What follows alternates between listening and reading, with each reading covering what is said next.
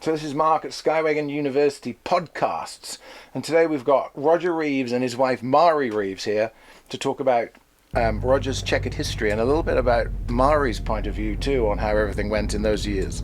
So Roger, you'd introduce yourself and tell us why you're here and what you did. Well, my name is Roger Reaves, and I just did and did. And if I tell y'all my story, I'm going to be here all day long. So Mark's got to just kind of pick out and ask me something, and I'll answer it. But what are you infamous for? Okay, I'm infamous for as an outlaw. But first off, I want to tell you I'm no crook and I'm not a criminal. I just broke the law. And I started out making moonshine whiskey. We was losing the farm, and I making moonshine, and I got shot up and swam down a creek all bloody and got out and made my way from Georgia to California, and became a counterfeit electrician, so that was illegal too. And I did that for a couple of years, and I got on the fire department out there in Redondo Beach, and I drove the back of a hook and ladder truck for 4 years. And then I was introduced to marijuana. And I had a little Cessna 182, and somebody said they'll give me $10,000 to bring some up from Mexico. And I said, Roger, when was that? 1973. Okay. And I said, throw some of that shit in there. and I took the bag of money home and shook it on the bed. I couldn't believe it. That was 2 years' pay on the fire department then. So Marrie, the babies picked up $100 bills crawling around. Marrie put her hand over her mouth, and we went out to dinner. We didn't need the money, tell you the truth. We had an airplane, a new house, a nice car. Why I did it, it was just fun. And Marrie, what did you think of that on the first day? Well, can I start back at the moonshine? Okay. So, we were in the chicken business, and we were losing money rapidly. We had laying hens, and it took about 21 cents to produce a dozen eggs, and we were receiving 19 cents a dozen. So you multiply that by 40,000 chickens, you can imagine we were losing money. So that is when Roger began making moonshine. So when he first introduced that to me, I just thought, no, you can't do that. It's illegal. It's against the law. I mean, I was raised, you abide by the law. I didn't think beyond it. I said, no, we're breaking the law. And it brought tears to my eyes, and I was ironing while Roger was telling me all this, and the teardrops just fell on the little baby clothes. And so he kept reassuring, he says, Marrie, we're going to lose the farm. I don't want to lose the farm. And well, that touched my heart because I didn't want him to lose the farm. It's been in the family for many, many years. And so I finally agreed. And that's how that began. And then, of course, when the you liquor started making chicken and taking it to us down there on the still. Yep. Oh, yes. yeah, she got right into it. She'd bring us lunch. Yeah. And, when I really looked at it, I thought to myself, there's nothing wrong with this, because you would drive 30 miles across the river, and it was legal. Right. So it just didn't click with me. People were drinking whiskey anyway. That's right. If you wanted to drink, you drove 30 miles, you got your drink, and you came back to the dry county. Mm-hmm. So that to me, that helped me get over the aspect of it being so illegal. But it was always there, it was always a little gnaw in my heart about that. And so then, as Roger said, we ended up in California, and oh my goodness, is it okay for me just to keep going into this? Okay. Oh yeah. And Roger went out ahead, and of course when we had to say goodbye to one another, his sister had come out, and she said she saw our situation, and she says, Roger, come to California. It's basically the land of milk and honey. You can find a job. You're willing to work. Come on out. And so Roger went out ahead of me, and I and our little girl then, who was about 1.5 years old, we drove back with her to California. And Roger was there. He was already working, and it was beautiful. The gnats weren't biting. It wasn't humid. It was glorious. He says, come on, I want to show you something. So he had a motorcycle, and I hopped on the back of the motorcycle, and good to see him, held on to him, and we drove a couple of miles, and all of a sudden we came over this little hill, and we went down, and there was the blue Pacific, glistening sailboats. And I said, Roger, I never want to leave this place. I found my place on the planet. And we've stayed there for many, many years, with a few intervals in other countries and sailing and living here and there. But we've always come back to California. And so when getting back to your question about Roger getting involved in the marijuana, he told me about that. And I just, again, that gnawing really came to the forefront again. That was against the law in those days in the 70s. Oh my goodness, Yeah. it was bad, bad, bad, bad. And but then he presented it to me, and of course I went along with it. And he left that morning, came home that night, had a paper bag full of money. He dumped it out on the bed, and I just went, I can't believe this. I just couldn't believe it. $10,000. And so our little girl was there, and she just grabbed some and started walking down the hallway with it. And he says, come on, get dressed. We're going out for dinner. And this time, I don't want you to look at the right side of the menu.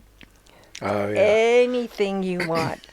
And so it was just it was jubilant. It was like we had a secret and nobody else knew about it, and we were rejoicing together. And I'll never forget that dinner. It was just something very special. We had accomplished something. But then you went again and again and again. Well, again. first off, I said, I ain't hardly believe in this. So I went to see a criminal defense lawyer that was in that business. And I put $100 on the desk, and I said, 2 minutes of your time, Mr. Lawyer. What would happen if I got caught bringing some marijuana back from Mexico in my airplane? He said, what's your criminal history? I said, I don't have one. He said, traffic, speeding, whatever. I said, man, I've never had a parking ticket in my life. You work on the fire department? I said, yes, sir. He said, you'll get probation. But if you got the worst judge in the state, the country, you might get a year. And you'd spend 4 months somewhere raking leaves on a camp. And I said, I don't believe that. And I went to see another lawyer, and he told me the same thing. So I thought, I have found my profession. And you already were a pilot. You already flew. You already had a 182. I've been flying for some years. And so I went and bought a 207. Now that thing was the biggest thing I could get my hands on at the time. And I go down and make $40,000 now. And so I told Marrie, I said, we're going to save up $300,000, and we're going to go back to the farm. And we're going to farm as long as it lasts. That's about the way farming was back then. So anyway, I made the $300,000 so quick it'd make your head swim. I mean, a few months I had the $300,000. And Marrie says, I don't want to go, Roger. You don't remember the rattlesnakes and the gnats and the flies and the poverty and all of it, like I do. For interrupting, but Roger just didn't seem to fit in where we were living. He was way ahead of them, or the timing. They just didn't understand his talents at all. It was just kind of wasted there. Right. In Georgia, Yeah. she's talking In about. Georgia. In Yeah. Georgia. But in California, yeah, they got it. Free enterprise. Exactly. So that's what happened, and it was just wide open. There was nothing between Mexico and the United States but a barbed wire fence. Wow. And I knew that if it was that, and I knew better than to buy and sell the stuff. I knew that you'd get caught doing it, so my job was just to transport it. And I met up some people, and I said, all right, you load it and you sell it, and I'll fly for half. And letting them steal as much as they could on the weight and everything else. But anyway, that's how I lasted so long. That I didn't buy, sell, or nothing. I just brought it. And they would cuss me something terrible, sit on your powder puff ass, and we got to be in the jungle and do all this stuff, and you do that. And I said, well, I tell you what, it's worth $10 here in Oaxaca, and it's worth $100 in California. And the magic is when it crossed that United States line. Mm-hmm. And you just keep it down here at $10 a pound. And boy, they'd cuss me and then load my plane up. Was that the 207 that you had the event in? What Was happened it there? an event? What happened there? Because I've read it. This is a brilliant book. Read this book, everybody, if you want to hear these stories. But this was a great one. Well, they Joaquin had a bunch of marijuana piled up down there. I mean, he got it from everybody since I was coming in. And Marrie was packing goodies for the children, and the women would give little stuff that they wanted. So she was shopping all day long. We was just like a missionary bringing them. I'd land there, and so many children would come, I couldn't even hardly get down on that little 900-foot strip. And I'd pass out the boxes of candies in this hair-lipped Mexican, and he was trying to snatch it from the children. He was the one I was giving the $17,000 for the load, and I thought, you absolute dog, you know. So he was saying the one he had the federales paid off, but he didn't. So I mean, and Marrie she was helping me. We load the airplane up with stuff every day. So I did, and I'd open my sandwich, and sometimes I'd have a little note in, a little love letter wishing me well. So I'd have to eat that and eat. Have a nice flight. Yeah. Yeah, exactly. Come home. So I did 12 loads in 12 days, and I was getting it on. And on 13, I'm telling you, I had the little warning in the pit of your stomach, deep, doop, doop, doop. And I'd been asking this Joaquin, it's all paid, it's all paid. So I landed, and I think the strip was 900 feet on the bend of a river. And it was sand. And I stopped about halfway and got out, and the guys got all the bags out and went on up and walked by the cactus. I remember they had fences made of cactus. The cactus was so thick until the goats couldn't get through it. Oh, yeah. And you see over behind poverty and washed out roads. And they put me in a barn and a hammock. I'd sleep there, and the donkeys would bray all night and the roosters crowing. Put my foot out and swing a little bit in that burl house thing. And before daylight, they'd wake me up, and we'd go down to the river and brush my teeth. And just at crack of daylight, I'd crank that airplane up. And a young man named Pedro would get in with me. And he would, we'd taxi back to the end of the line. I'd take fuel with me too, and I'd fuel up the night before. I'll leave the cans there. And then we would fly 20 or 30 miles and land on the highway, sometimes on a freeway. And they'd come out with a truck, with men with the guns on it, and they'd block the traffic that way, and then about a mile or so they'd block it up the other way. And I had that whole highway, and I'd land between it, and they'd come in with a truck, and they'd load me up like a bucket brigade. I'd get out, and they had their big sombreros on. I'd shake all of their hands, get back in the airplane, and take off. I remember one time I took off over that other truck, and I saw a highway patrolman sitting there with a blue dome, but it wasn't turning. Just sitting in the cars with the other cars. Yeah. They knew. He ain't bothering those boys. So it was romantic. It was just beautiful. So on chapter 13 in the morning, Pedro got in, I got in. I was going to taxi back down to the end, start. Pow! I thought the tire blew out on the Cessna 207. The Reaves shot there, and I was looking for the other one. And he's bumping me, "Policia, policia, policia." And it dawned on me, uh-oh. And so I just pushed it to the firewall, and I guess I had 450 feet at the most before the end of the runway, and rocks. And then just a little bit, a couple of hundred feet before that, was a beautiful little waterfall coming over some rocks. And I was just turning daylight. And when I come to the end, I was looking at an airspeed indicator, and it looked like it had on about 40 miles an hour, 45. It will fly at that. So I just pulled it up, and it was just hanging on a stall. And they riddled that airplane. I mean, just riddled it. Cut one across the top of my head, shot the windshields, all the windows came out of it, and it hit the gas tank, gas up on the left wing, and it's pouring in on me. I can't see. And I got shot in the kneecap, across the head, 2 bullets in the foot, and I had no control whatsoever on the elevator. And it was already flying. It was in the air, maybe up 50 feet or something like that. And I went into shock. The world turned yellow, and time almost stood still. I mean, it was just like, all right, I got all day in the world. And I just had every instinct that I'm fixing to, this thing's just going to burst into flames with all this gasoline on it. And I switched the airplane off, and I cut the fuel off and the gas off, and I plunged, and I could see the river coming, and it looked like as big as almost cars, a Volkswagen, and the rocks were just under the water, maybe about 2 feet deep, and they looked like turtles. They were shape of turtles, or turtle backs. You know how the patterns are, those rocks? As a geology will do things, and I remember that so strictly. And the plane hit, and the wings came off, and it bounced again, and it hit, and the nose came under the plane, and I'm sitting right up there on top of the world, and knocked out, I guess. And Pedro said, "Come on, Roger, come on, Roger." And I might have been knocked out for 2 seconds or whatever. Surely wasn't long. And I jumped off, and the river was knee deep in water. And here the fools coming down the runway, they still shooting, and a couple of bullets hit that airplane. Bang, boy, I mean, it was hard. Bam, right in front of us. And I carried a 9mm Browning high power.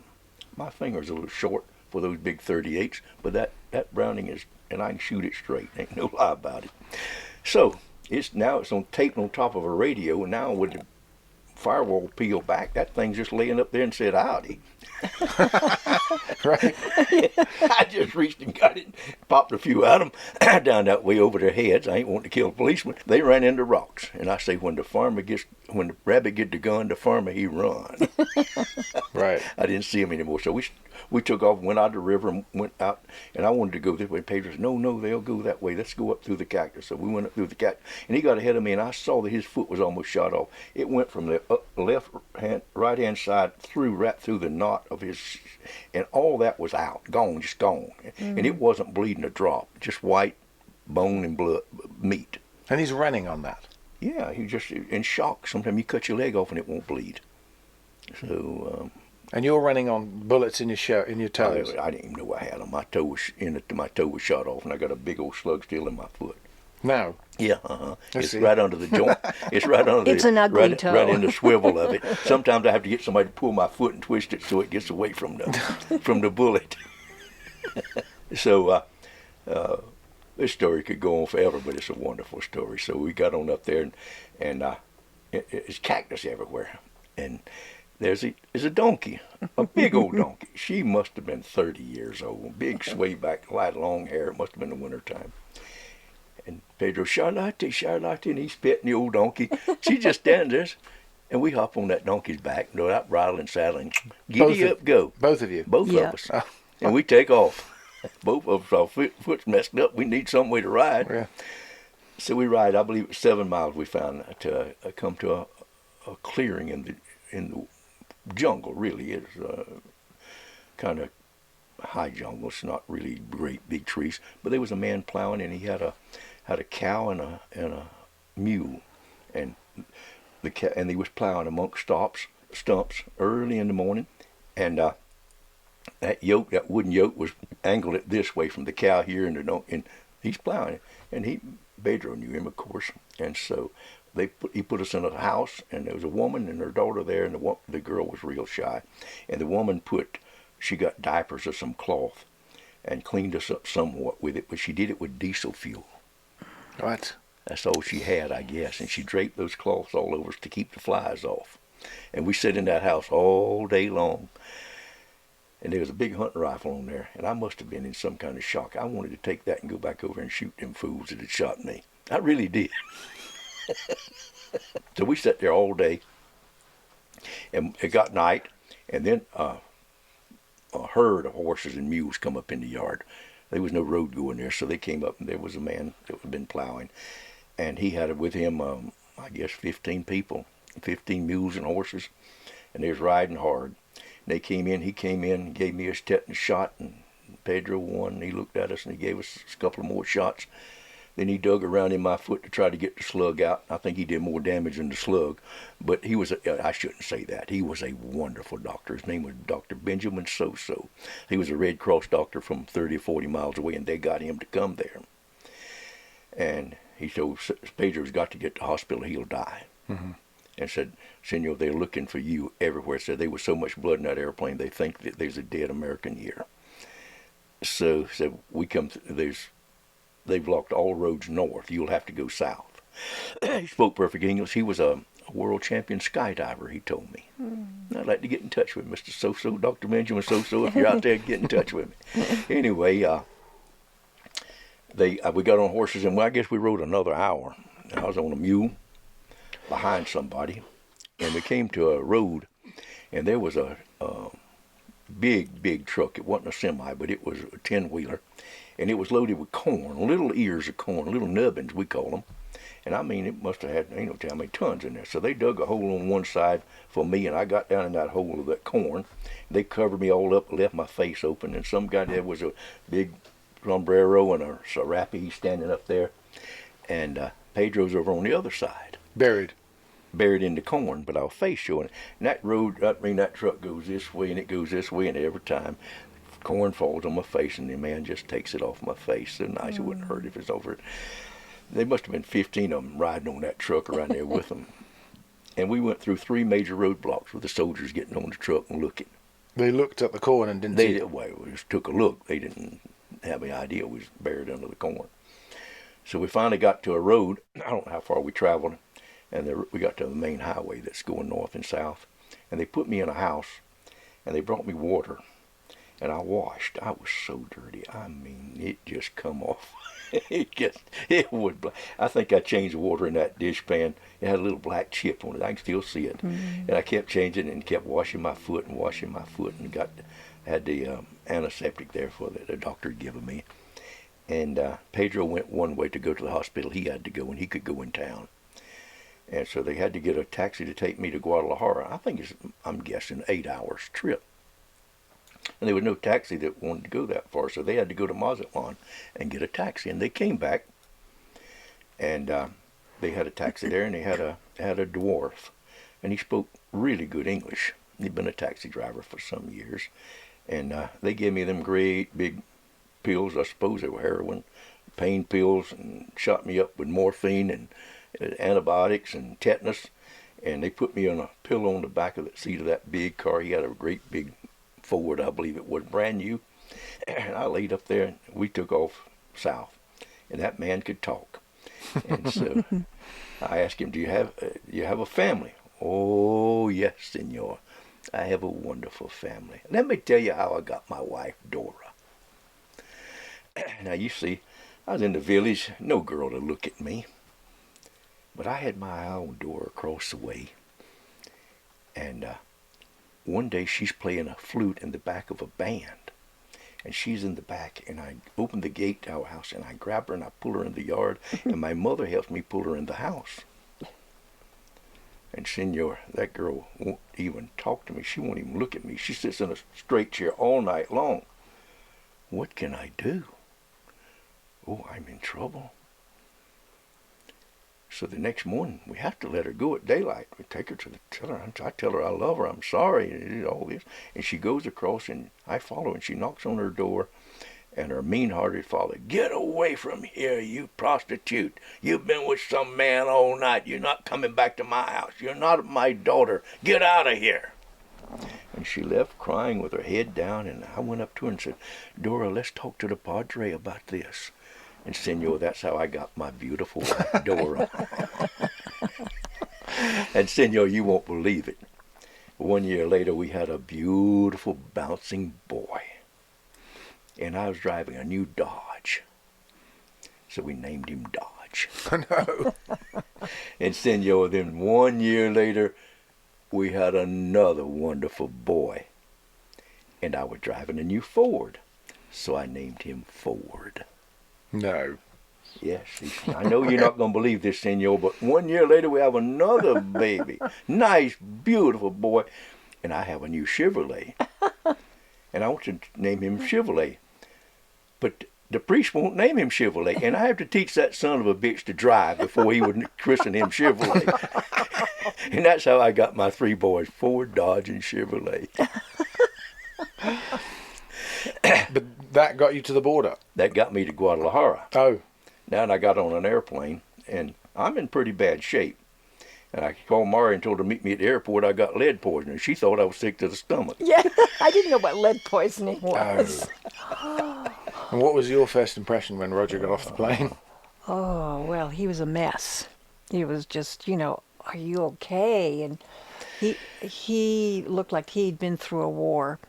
And the best thing to do was, let's get you home, let's get you attended to, and how was it, and tell me all about it. He wanted to talk, and well, you just try to make someone as comfortable as you can possibly make them. And well, what does all this mean? Are we going to have the police knocking on our door? And so I wanted to know all the facts, so I could make a plan. So Oh, yeah. just prepare myself. So the more information I got Don't from forget Roger. about the hospital, Marty, where we had painted. Yes, oh yes. And so in order for Roger to get the medical attention that he desperately needed, Roger and I and our little girl had painted a hospital at night. And Roger had a painting crew while he was on the fire department. And so I went with him. I helped to cut in tape, and we took our little girl to the hospital with us, and we just spread out a little sleeping bag, and she would fall asleep, and Roger and I would paint because it was only at night. Well, anyway, this was a doctor there that we knew him. I think he was Vietnamese. I don't recall. He was Asian. And so I contacted him, and he says, bring Roger in, and he attended to Roger. No questions asked, nothing. And then Roger began mending, Because he healing. painted. Laying in a hospital bed, and what did I tell you, Marty? Hawaii. I don't recall, sweetheart. Let's go to Hawaii. Oh, yes. What was it? Well, he's there. He said, let's go to Hawaii. I said, okay, let's go to Hawaii. Before nightfall, she had 4 tickets. No. But when that happened, did you think, I'm out? Why didn't you think, that's it, I don't want that to happen? What made you not stop? Never even thought of that. No. Really? The thing was get better. We didn't even think beyond that. Get me another airplane, nothing's gone. I was mad because I lost my 207. Really? You didn't think, I'm out? No, most I didn't think most that at people all. would have thought, I'm out of that, that's enough. I don't even think that crossed my mind. So how soon until you were back in action? I remember I had a bone broke in my foot with a bullet, and I had to have a cast on. And I went to the doctor, and he put a cast up about my knee here. Well, I couldn't fly because you couldn't hit the brake. Yeah. Well, I got called down there to come on down. I bought another airplane. I believe that's when I bought the Twin Beach from the Beach Boys up in Wisconsin. Juliet And, Foxtrot. The Beach Boys, the band. Yes.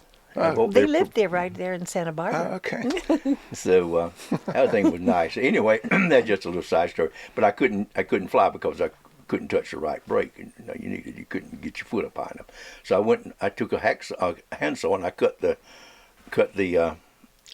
cast off. Right off. cut it plumb off, and I went and did the load. I made about $100,000, and I came back and told the doctor, and he cussed a blue streak. put it back on. Well, it wasn't but another couple of weeks before I needed to go again, so I cut it off again. He wouldn't put it back on. But how long had it been on before you cut it off? It had healed. I don't remember. Doesn't matter. Yeah. I think, well, we wasn't were in that bad anyhow. No. A small Yeah. bone in the foot. And we were in Hawaii, and Roger really, had the opportunity there to rest it and sit by the pool and relax. And So- did the people in South America know what had happened and called you anyway? I don't remember how. It's been so long ago, nearly 60 years. I don't remember exactly how it was exactly, but it was time to go. Somebody had a load for me. I'm sure Joaquin, No, it was Mark, Oh, Mark, okay. the evil Mark. One of the stories in there that I think was the most impressive is the Beach 18 night flight. There was 100 of them. Oh, no, the one over the Sea of Cortez. Yes. Tell us that one with when it caught fire. Oh my goodness gracious alive! Yes, that was But just before that, I mean, I've been in Beach 18s and I've been flying in them heavy, and a friend of mine had an engine failure in one, and he barely flew it for 20 minutes with one engine. But your story, well, mine's unbelievable, but it happened. right? Yeah. I was coming out of way down in Mexico somewhere, and I was over Los Mochis, about the Sea of Cortez there, and I was 11,000 feet, and I felt a little thump in my foot, and I looked over, and black oil is running out of the cowl flaps. I'm looking at that thing, uh-oh, something bad wrong here, and it caught on fire. It just burst into flames, and it just came all the way back. I kind of did a little bit of slip, keep it, and it scared the living daylights. I mean, I'm telling you, I tell about being scared, like being shot, stuff, and ain't nothing like being scared like an airplane on fire 2 miles high. And it was burning ferociously. I put it about straight down, opened the cowl flaps, hoping it blew it out, cut the fuel and oil off to that engine, and it went way past the never exceeded, right up. I might have been going 400 miles an hour, and I knew that tail would come off on them if you go too fast, and that scared me too. Like, how fast can I get down, and how fast can I get down? And did the fire extinguisher not work? There's no fire extinguisher with that. There wasn't one on it? I've never seen one with one. Oh. Not to the engine. No. Oh, okay. On the big planes, they got them. Oh, right. The DC-7 had one. Oh, okay. But that didn't. And so I blew the fire out. But then I'm going too fast to pull out. I'm afraid I'm going to pull the wings off. And it's dark? No, it's in the daytime. It's okay. Daytime, yeah. So it took me a long time to nurse it out, because if I'd have pulled it very hard, the wings would have just come off. Mm-hmm. Boom! At that speed, it wouldn't nothing. So I was 1,500 feet before I'm flying flat, with the other engine full out and this one feathered. So I passed over Guaymas, and there's a place there. It was a long runway where they made a movie. I forget what the name of it is, but it's a famous movie. And I started to land there and just get out. But I thought, well, the thing's still going. Let me go as far as I can. That's one. Each mile is one I won't have to hitchhike, and I'll just put it down on the water. I'm a float plane pilot, so it wouldn't bother me at all to put it down on the water. And I stayed right next to the shore. And so I got right down, and I come into land with that engine full on, and I hold it. And when I got in ground effect, it started flying. And it's heavy. Yeah, it's heavy, but I burned off a lot of fuel now, but it's still heavy. Mm-hmm. I've got a ton of pot in there, and that's probably overloaded by itself. Mm-hmm. So, okay, it's going to touch any time, and I guess it got 2 or 3 feet above the water, and one wing is nearly dragging, and I got both feet on the rudder, and it's over as far as it will, and it starts flying. I thought, well, every mile she flies, and it's shaking, just shaking and screaming, beep, and I flew like that for hours, just following the coast right along so I could swim ashore if it gets there. And I came up the Colorado River, and that went in north, south, east, and west, followed it, come right on across the U.S. border, right on up into the Arizona. And then by that time, it would fly a little bit. So I got up about 200 feet by Yuma. I flew right over that prison in Yuma, and I thought, I'd like to flow them out a few bales as I was going by. Oh, gosh. Just make me think of it. And I following Interstate 8, and I'm laughing, and there's a highway patrolman giving somebody a ticket, and the blue light's going, and he's standing there, and I must have just took his hat off. Yoom, I'm right in the middle of that highway, and I'm laughing about that, and then all of a sudden, boom! Ooh. I didn't even have time to see it. There's just many, many unlit bridges across that freeway. I came so close it felt like it bent the airplane from the air concussion. Maybe she could fly after that. I pulled up. I didn't care how high I could get. And then I went on up to the Salton Sea, and I went down. I believe it's 170 feet below sea level. And that Salton Sea is a long, long way now. And I went on up, and then just south of Palm Springs, I turned a little bit to the right and went on up to Interstate 10. And was following it out to 29 Palms. There's a dry lake out there that I had my man waiting. So had it got dark by now? Oh, it's done midnight by now. Right. And I run into a wall of water. I mean, it's raining, and it's bumpy, and I'm following that freeway. I'm right down on it so I can see, and the windshield wipers going. And that freeway, I didn't realize. I went up there recently, and that thing goes up. You don't realize going east out of Palm Springs how high that thing goes. Well, the airplane would not climb as fast as that freeway's climbing, not on one engine. So semis was blinding me coming towards me. And I said, oh, and I knocked the feather off on that engine, and it cranked right up, and now, shoom, it felt like I had a rocket in it with the 2 engines going now. Scared to death it's going to go on fire again. And I got up to 6,000 feet, and I shut it down, and I'm bouncing around like a rag doll. And so I called a friend Jeff out there, and I said, Jeff, I'm wherever I was, and I said 6,000 feet, and I'm 1 engine out. I've been on fire. and get things lit up for me. He said, I can't. I'm bogged down halfway to cross that lake, and I'm sideways to where I'm supposed to be. And he said, it's covered in water. And I guess it had been a terrible storm. It says anywhere dry. He said, over on the east side, it might be some not standing water. Well, I said, well, I've got to come in. So I never turned my lights on in the desert to land at nothing. I came in with those 1,000 candlelight things blaring. And I came in and I saw that I saw the standing water, and I saw the mesquite trees, and I come right side of it, and I come in and barreled, and it was a tricycle carrier called a Volpar conversion, and that thing, it barreled through that mud halfway up to your knees, and it just stopped. I mean, within a couple 100 feet it looked like. And I was thank my maker that I had made it. And then Jeff got out and he came with the truck and backed up to it, and we unloaded and got it out of there. And before that, I reached for a drink of water. I'd been so thirsty I couldn't hardly stand it. I couldn't reach the water from where I was, and I couldn't take my foot off the rudder pedals. Oh, yeah. And I done peed all in the seat. Really? And I reached for that, and I kept a gallon of gasoline there to pour in the load in case they followed me in. And I'd set it on fire and say, you fool shot my airplane. That's my idea for Burn it up. burn it up so they couldn't get that aluminum in that pot would burn. Mm-hmm. So I felt pretty good about that. But anyhow, I reached and got the wrong jug, and I took a big slug of that gasoline.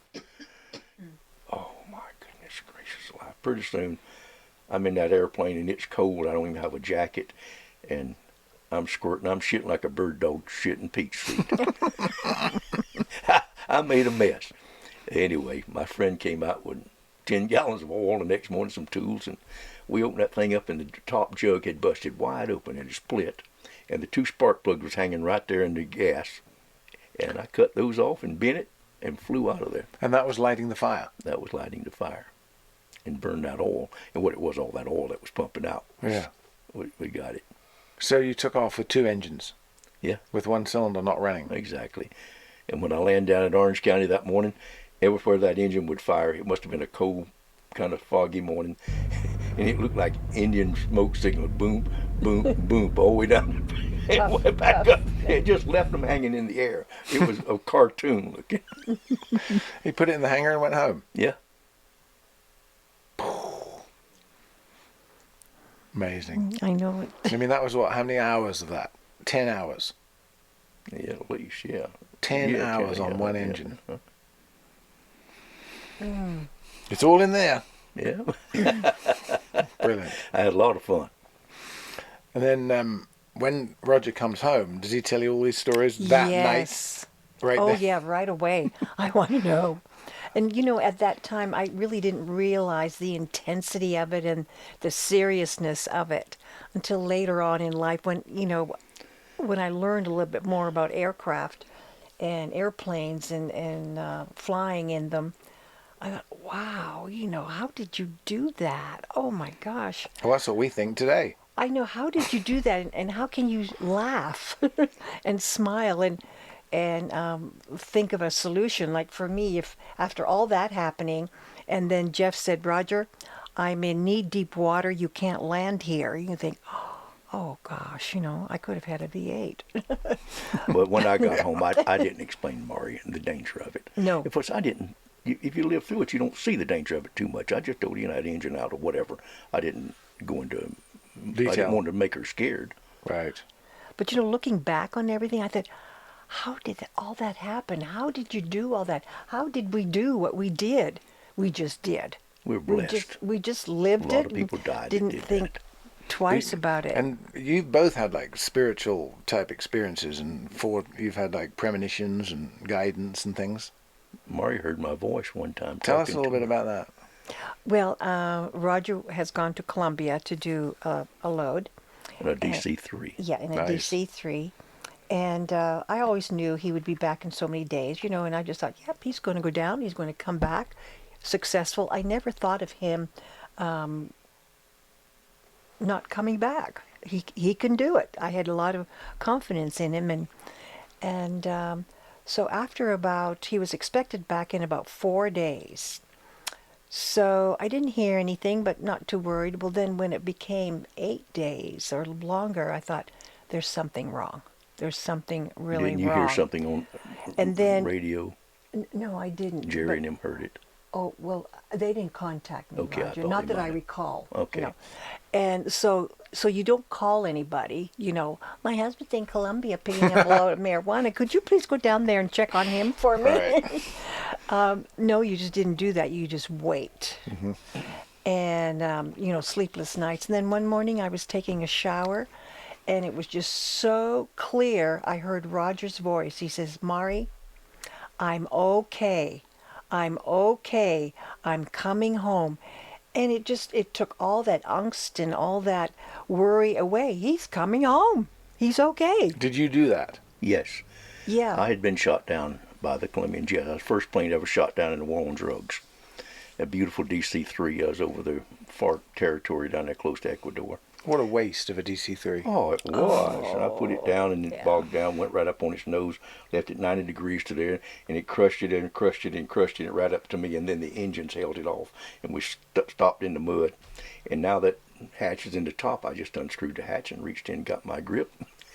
Out through the cockpit and gone. Gone. And left it standing there. So right up and down. So anyway, I was unhurt, and so I kept asking the indigenous people where were airplanes, and I speak a little Spanish. ¿Dónde está aviones?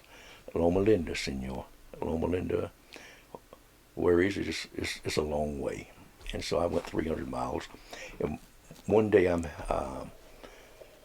in a creek, overhead branches and monkeys, and there's an indigenous man. He's paddling me in a small canoe, and it's raining hard, and I remember the drops just spattering on the creek bed, and I'm in there and I'm telling Marrie, I'm saying, Marrie, I'm all right. Marrie, I am alive. I knew she was worried, and that's when she said she was in a shower at home and heard me.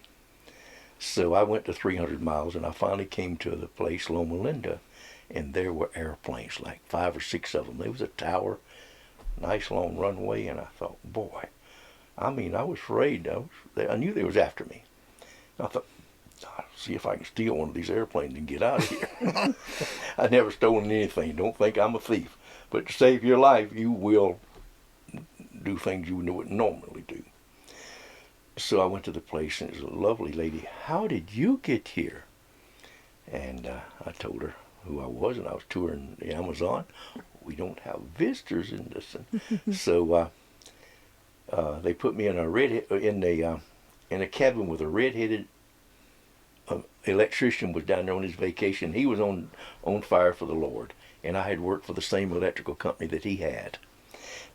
And this was Loma Linda, the headquarters for Missionary Aviation Fellowship, and that's why I learned to fly. Oh, yeah. Was to become a Missionary Aviation Fellowship pilot. But life took different turns.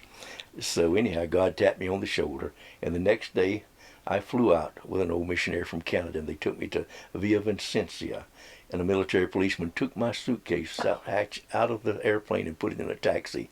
Ironic, isn't it? And they had no idea. No idea. And they're all still in the jungle looking. Yes.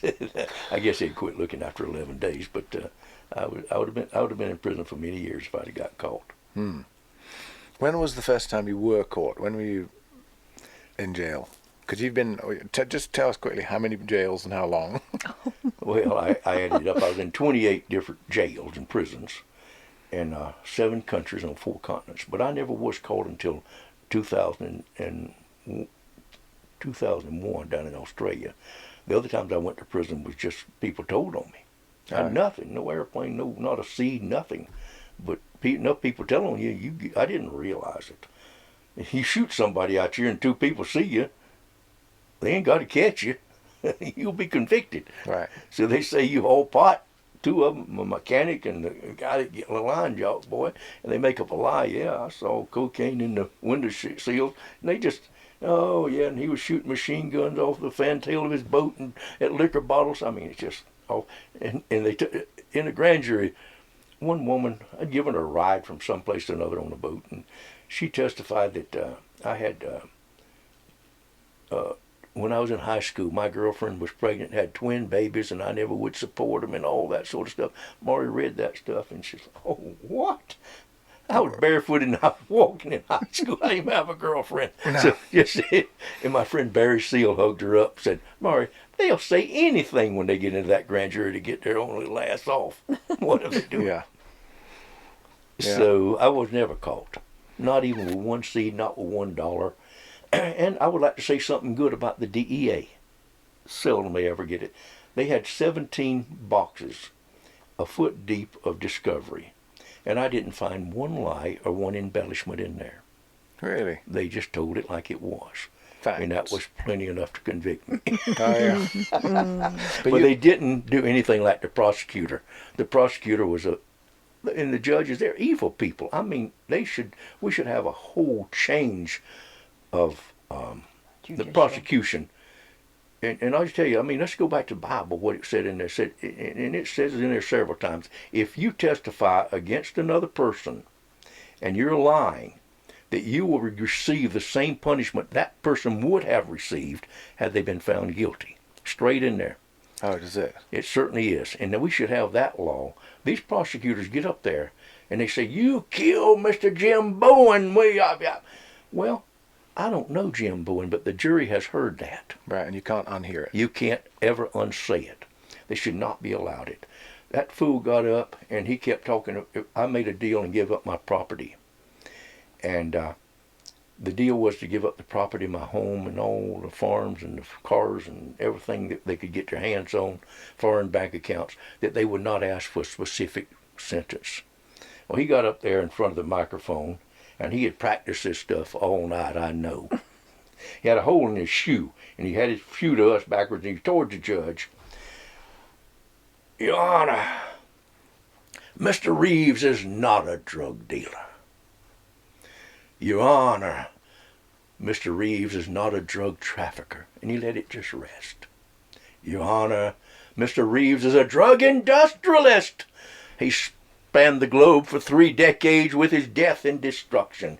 He has a navy of ships and an air force of planes at his disposal. We should never see the light of day again. Stuff like that for 400 pounds of marijuana is what I pled guilty to. Mm-hmm. That's what. And when you were inside, you escaped a few times too, right? Every chance I got. You really, I mean, and you helped once. Everywhere I go, I'm handcuffed like this with 2 sets of leg irons. Why like that? Because I can't get to the handcuffs to get them off. Oh, you'd get out of them if they were I can come under here like this, and I got them in front of me, and I can boogie. That's all in there. Oh, yeah. What was the one you helped with, Marrie? Well, like actual escape, I made provisions. I buried money for Roger. And I also checked out a, what do you call this, storm pipe? Or Yes, a drain pipe. I went down in it. I thought, what am I doing here? But, when you love someone and they're in jail or they're in distress, you try to help them. You try to, Cake with a file in it. Yes, yes. Yeah, mama, don't forget that file. Yeah. But, so you just do, you want to help them. But even though sometimes I thought, escape, and then I kept thinking, well, then he's escaped, and they're going to be looking for him, and they're going to come to my door, and they're going to put pressure on me, and this, that, and the other. So, but anyway, I said, yes, Roger, I will go check it out for you. But one time she didn't have a chance. I was in Spain, they arrested me, and I escaped from them 3 times in the street. Finally, they got me. And they took me to court. And Marrie was there, and the whole courtroom was full. I mean, there must have been 150 people in there waiting for, and I'm sitting there. So they come in with the four policemen behind me with their guns, and they have to take the chains off of you before they take you in. So they took the leg irons off and had to unput me like this, and I felt so good. Oh God, they put them handcuffs in front of me, and I thought, thank you. And they in the courtroom. Before you, in a little ante room, they can't this bring off, and a they're holding prisoner on to you in now, like that, and they take you into the courtroom. Okay. That's how incorrigible I was. So I'm sitting there, we're waiting on the judge to come.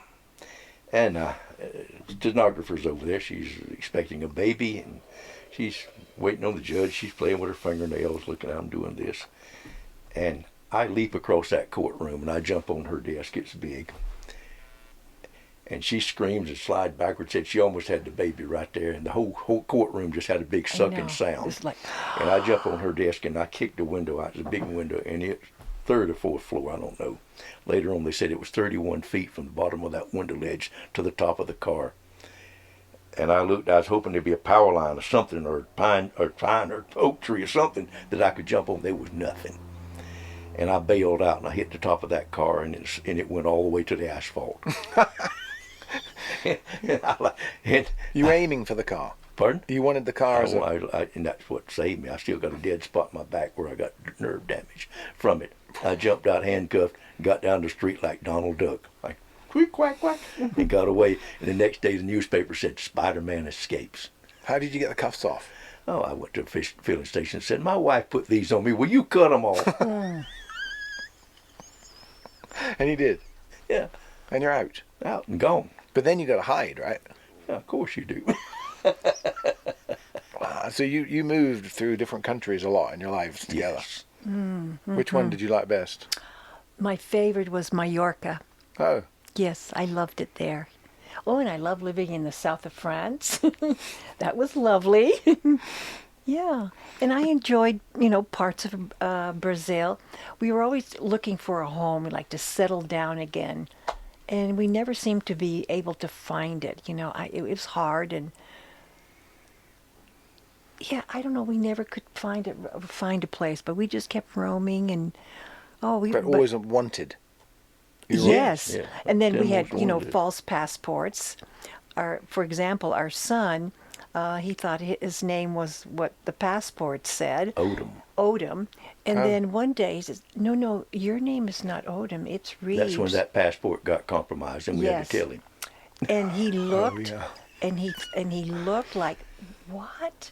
And then I thought, well, he's probably thinking, well, what else haven't you told me? Well, How old? About 7. And he Oh, says, okay. I remember that. Yeah. Oh, really? Yes. Yeah. Wow, the kids had an interesting upbringing too. Yes. Yeah. The negative part was lying, and always looking over your shoulder. Is somebody watching us? Has someone got close enough to us to apprehend Roger? Mm-hmm. So we really had to. Sometimes Roger would. We were going to another country, for example, in South America. He would go on he would get someone to transport him on a boat privately, and then I and the children would fly. Okay. And then we would meet again, because we just didn't. We wanted to avoid the authorities, any type of customs and things like Right. that. Did you think you were being watched? Not really, I was always looking though, But I always wasn't. observing. You weren't. I didn't have that feeling at all. And you didn't wear sunglasses and grow a big No. beard and wear a No, coat? No. You got a good, they didn't have facial recognition, and you're in places like South Africa and Brazil, they didn't care. Oh. But, when you got a good passport, they just welcome. You got money, man, come on in, you mister. Yeah. Well, But- the only time is when we had to deal with the authorities Yes. or going through customs. That's when Yes. you got a little bit nervous. But as far as living in the country, it was easy, very Okay. easy. Yeah. And And that's when money really works. yes, I imagine. But we did have a scare. South Africa, when we landed in Cape Town. Yes. That was the worst. We had Portuguese passports. Brazilians. A Brazilian. Well, we were supposed to speak Portuguese. Well, we didn't know a word. Just a few words. So here we are. We have our oldest daughter stayed in the United States and she was going to the university. So we had Miriam, our middle daughter, and our son, our little son, and we were traveling to South Africa. And so we arrived there, and the big Dutch Boers, in the immigration, and so Roger puts down his passport, and it's Brazilian, and he begins to fala Portuguese and and Roger went like this, Went and white. and my daughter just pulled in. She says, "Oh, in Portuguese," she says, "Oh, sir, my father is deaf. He's very hard of hearing. Let me help you." How old was she? what was she? 12. 12. And she just stepped in and did. And Yeah. She she spoke fluent Portuguese. Portuguese. And you were like, what? What? I didn't. Yeah, I'm deaf. And she just said, yeah, she just intercepted like that. Oh, cheek up, stamp, Out. stamp. Have a good day. Damn. They Mozambique, the whites had been run out of there in the Civil War, so they came to South Africa and they got civil servant jobs, and that's why there was a lot of them. Oh. Was when they spoke Yeah. Portuguese. So you had some close calls. That was the closest one Yeah. I reckon I ever. How long were you in prison total? 33 years and a few months. 33 years. Nearly half of my life at that time. Wow. Just for a little weed that's legal now. Yeah, and you came out of prison, and there's a sign that says, "Buy your marijuana here, we deliver." Yes. And you're like, what? That's just what I was trying to do. Yeah. You're just ahead of your time. Yeah, exactly. Yeah. Oh man. Yeah. But what was your perception of? I mean, when Roger's obviously in jail, in prison for all those, and in different countries, what was that like for you? Well, the country didn't matter. You just were concerned, are they treating him? But the distance. The distance never really bothered me. Because we were in communication, we wrote letters, sometimes phone calls. I would fly to see him. While we were in Europe, I could go see him every other week. Yeah, you wish that he was home, but the distance never really bothered me. It's just that communication. Even in Australia, when Roger was in prison in Australia, he called every day around 4:30. Roger talked. We even had Skype calls, although we preferred the telephone calls. Well, that was only the last year we had Skype. Yeah. But and that was just we spoke every day, and then when I went to Australia to visit him, that was all wonderful. And then you get used to being around one another again, and you create this lovely rhythm again with each other. Inside a prison wall. And then it's time to leave again, and that hurts. That's the heartbreak of it, And then, you're taking off in the airplane and you're looking down, and then finally you just see Australia becoming smaller and smaller and smaller, and then you envision him there in prison, and I'm going away For years. Yeah. I'm serving life. And You in for life. Yes. So you didn't know that Didn't the end know of- I'd ever get out. No. Wow. And a lot of them don't. I got caught with $400 million worth of cocaine, according to the headlines. I wish I could have sold it for that, but that's what they said. That's what the jury heard. In a ship. Yeah. So the largest bust ever in Australia, and so they put me in the shoe, a place for the incorrigible. There were only 3 of us in there. They looked at you through a one-way glass, just like the Silence of the Lambs. When I went to court, they had a helicopter over with a .50 caliber hanging out, pointed at me. Freeways blocked with big truck cars in front and back, sirens going. When you come 20 people, I counted. We got this roof is secured, stairwell 3 secured, and you go into court like that. Wow. They was blowing smoke up their own ass. And when you were caught that time, you had a premonition about that as well. I certainly did. So how did that go? I had a good number of premonitions, and premonitions I prefer it wasn't a premonition at all. It's a vision. Mm-hmm.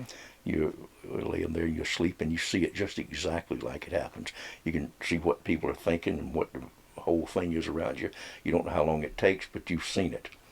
So I had the vision that I'm laying in the sand, and the waves are lapping right up at my face, and they're putting handcuffs on my back, and the guy's got a knee in my back so hard it's just crushing my ribs.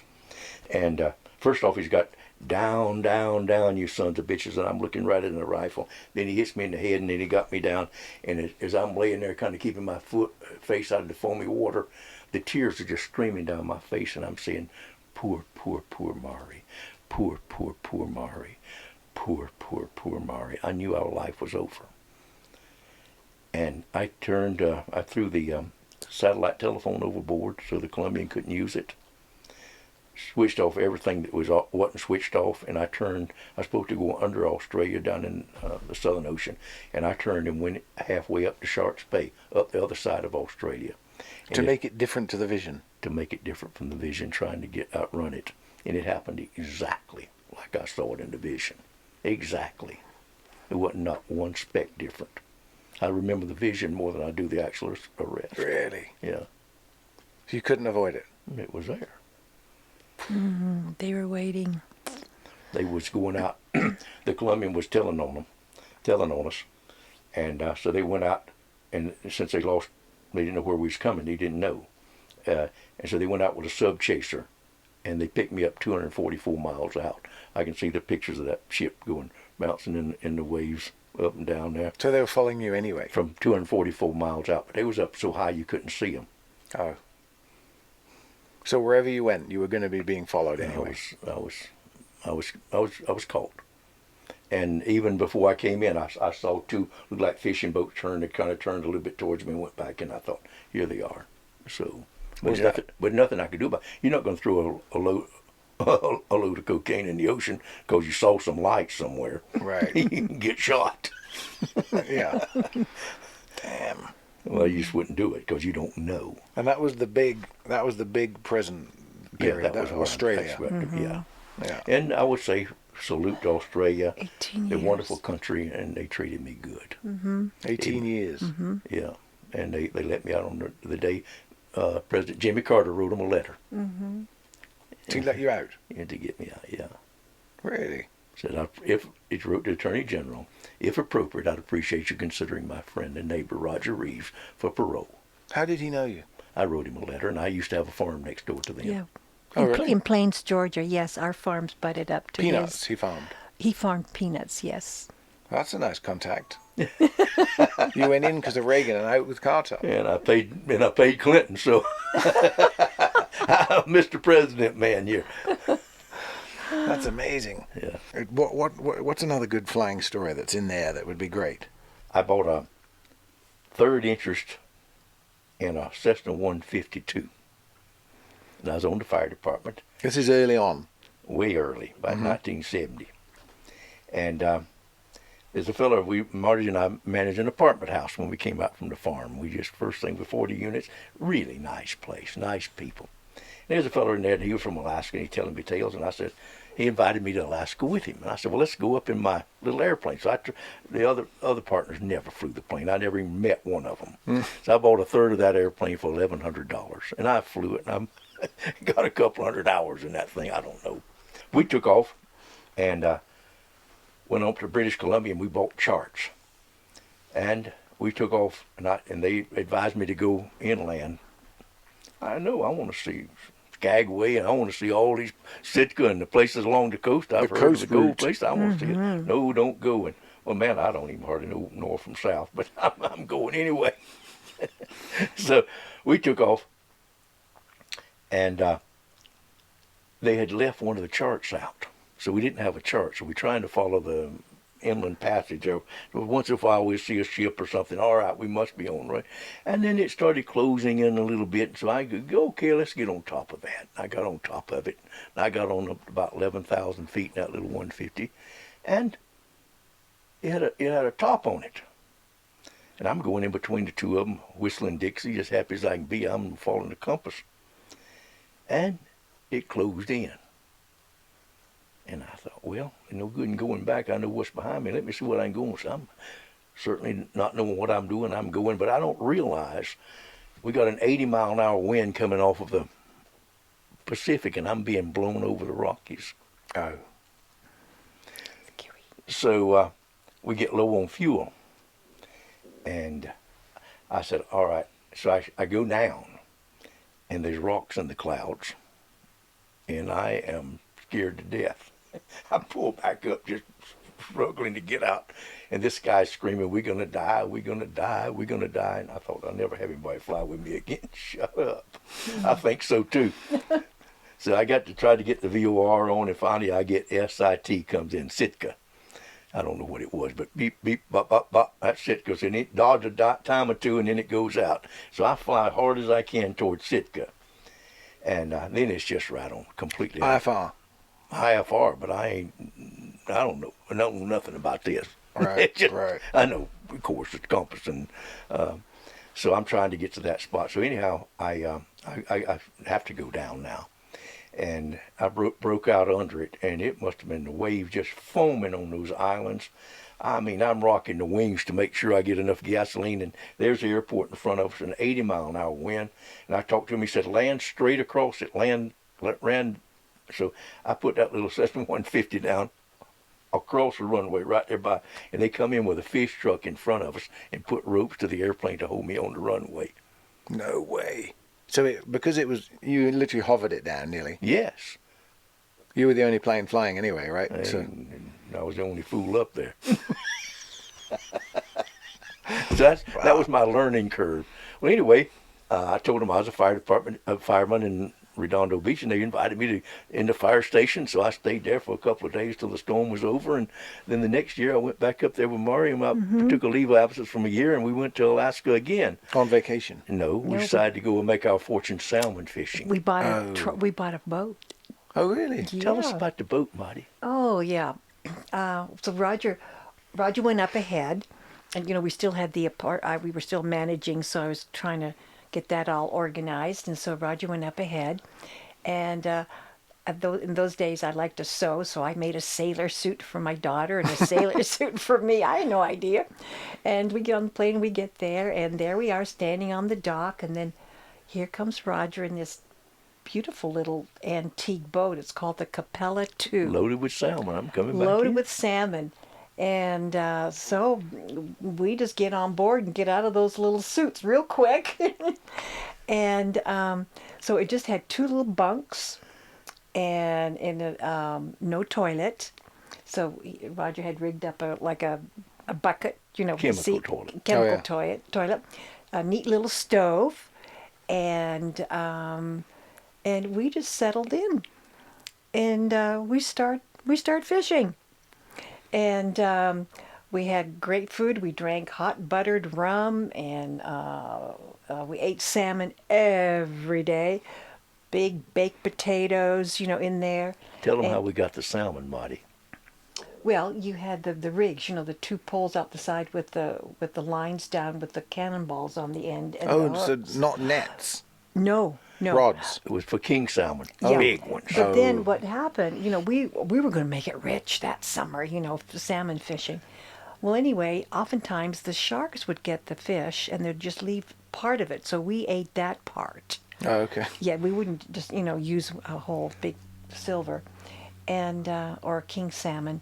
And that's how we spent the summer. I sat at the helm watching the fathometer. Depth meter. Depth meter. That's better. It's not the thermometer, but it's fathometer. And so there was a lot of Norwegians up there, and they would talk, and I would listen, where are the fish? And I think when they saw me click in, they say, switch. So I could never find out where the fish were. Oh, do you understand Norwegian? I don't understand Norwegian. Oh. But they didn't want me to hear what was going on. We was trolling along one day, and I looked, and it looked like there was an overturned boat in front of us. I had several 30-pound salmon on. I was in a school of salmon, and things was looking good, and Marrie was up there steering. And I thought, dang, there's an overturned boat. My propeller's going to hit that. It must be on the keel. There'd been some story going on. So I jumped out the fish hole to go forward, and I didn't realize it looked like the barnacles sticking up 8-10 feet out of the water coming up, and it was a giant. I suppose it's a blue whale. Some of those things get 90 feet long, and that thing surfaced behind, and he blew his bad breath all over me in that boat.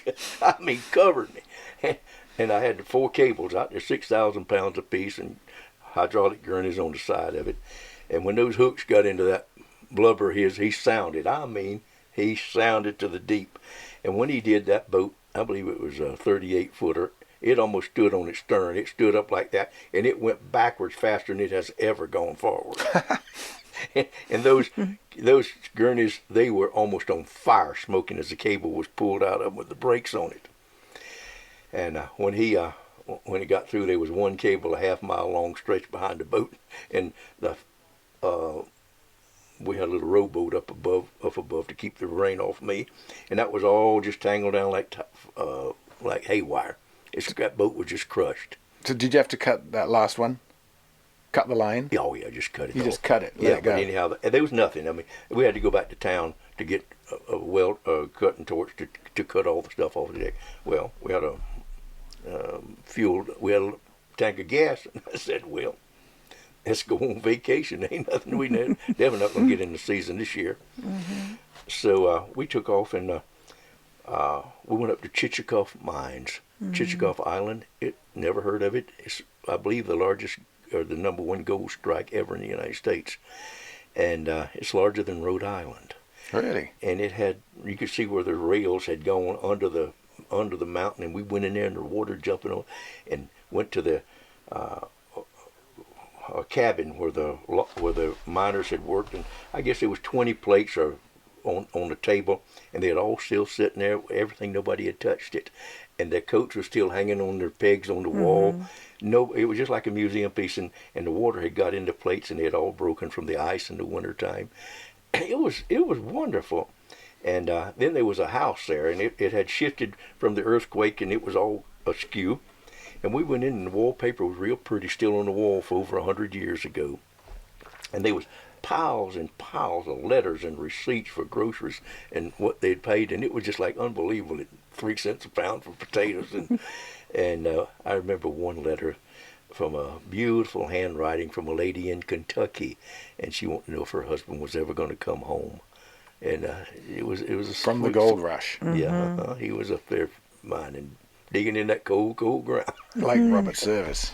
Yes. So then well, let's look for the glass balls. The Orientals had used glass blowers on their boats for many years. Floats. For floats. Yeah. They had blowers, and some of the balls, some of them that big, and they put their stamp on it. That was their boat stamp, and over the years, nets rotted and storms, they got loose. And they're floating on the 70 million square miles of the Pacific Ocean, and they go around and round forever. And in the storms, sometimes in the big storms, they get washed up behind the trash and get caught on the shore of the beaches of Alaska. And they're rare, but they're beautiful. So Marrie and I would pull into these places that had a beach, and we had another little tiny rowboat about 6 foot big, and we'd row ashore, and there's bears everywhere. Sam would be jumping on the going up the rivers, and so Marrie take the 30-06, and I had a 44 Magnum, and I'd go the other way, and we was looking for these balls. We found 4 of them in the month or so. And I'm coming to the end of the beach. Marrie went the other way, and I guess we were almost a mile apart.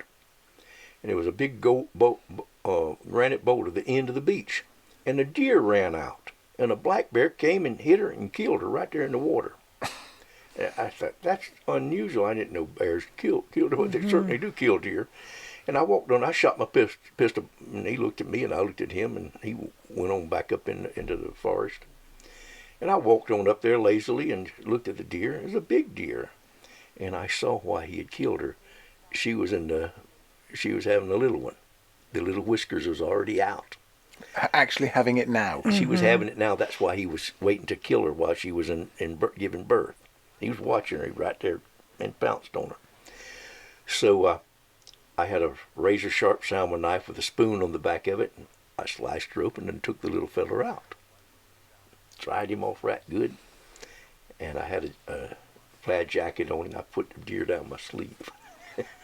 And Marrie, went back down there. He said, "What'd you shoot?" I just shot a grizzly.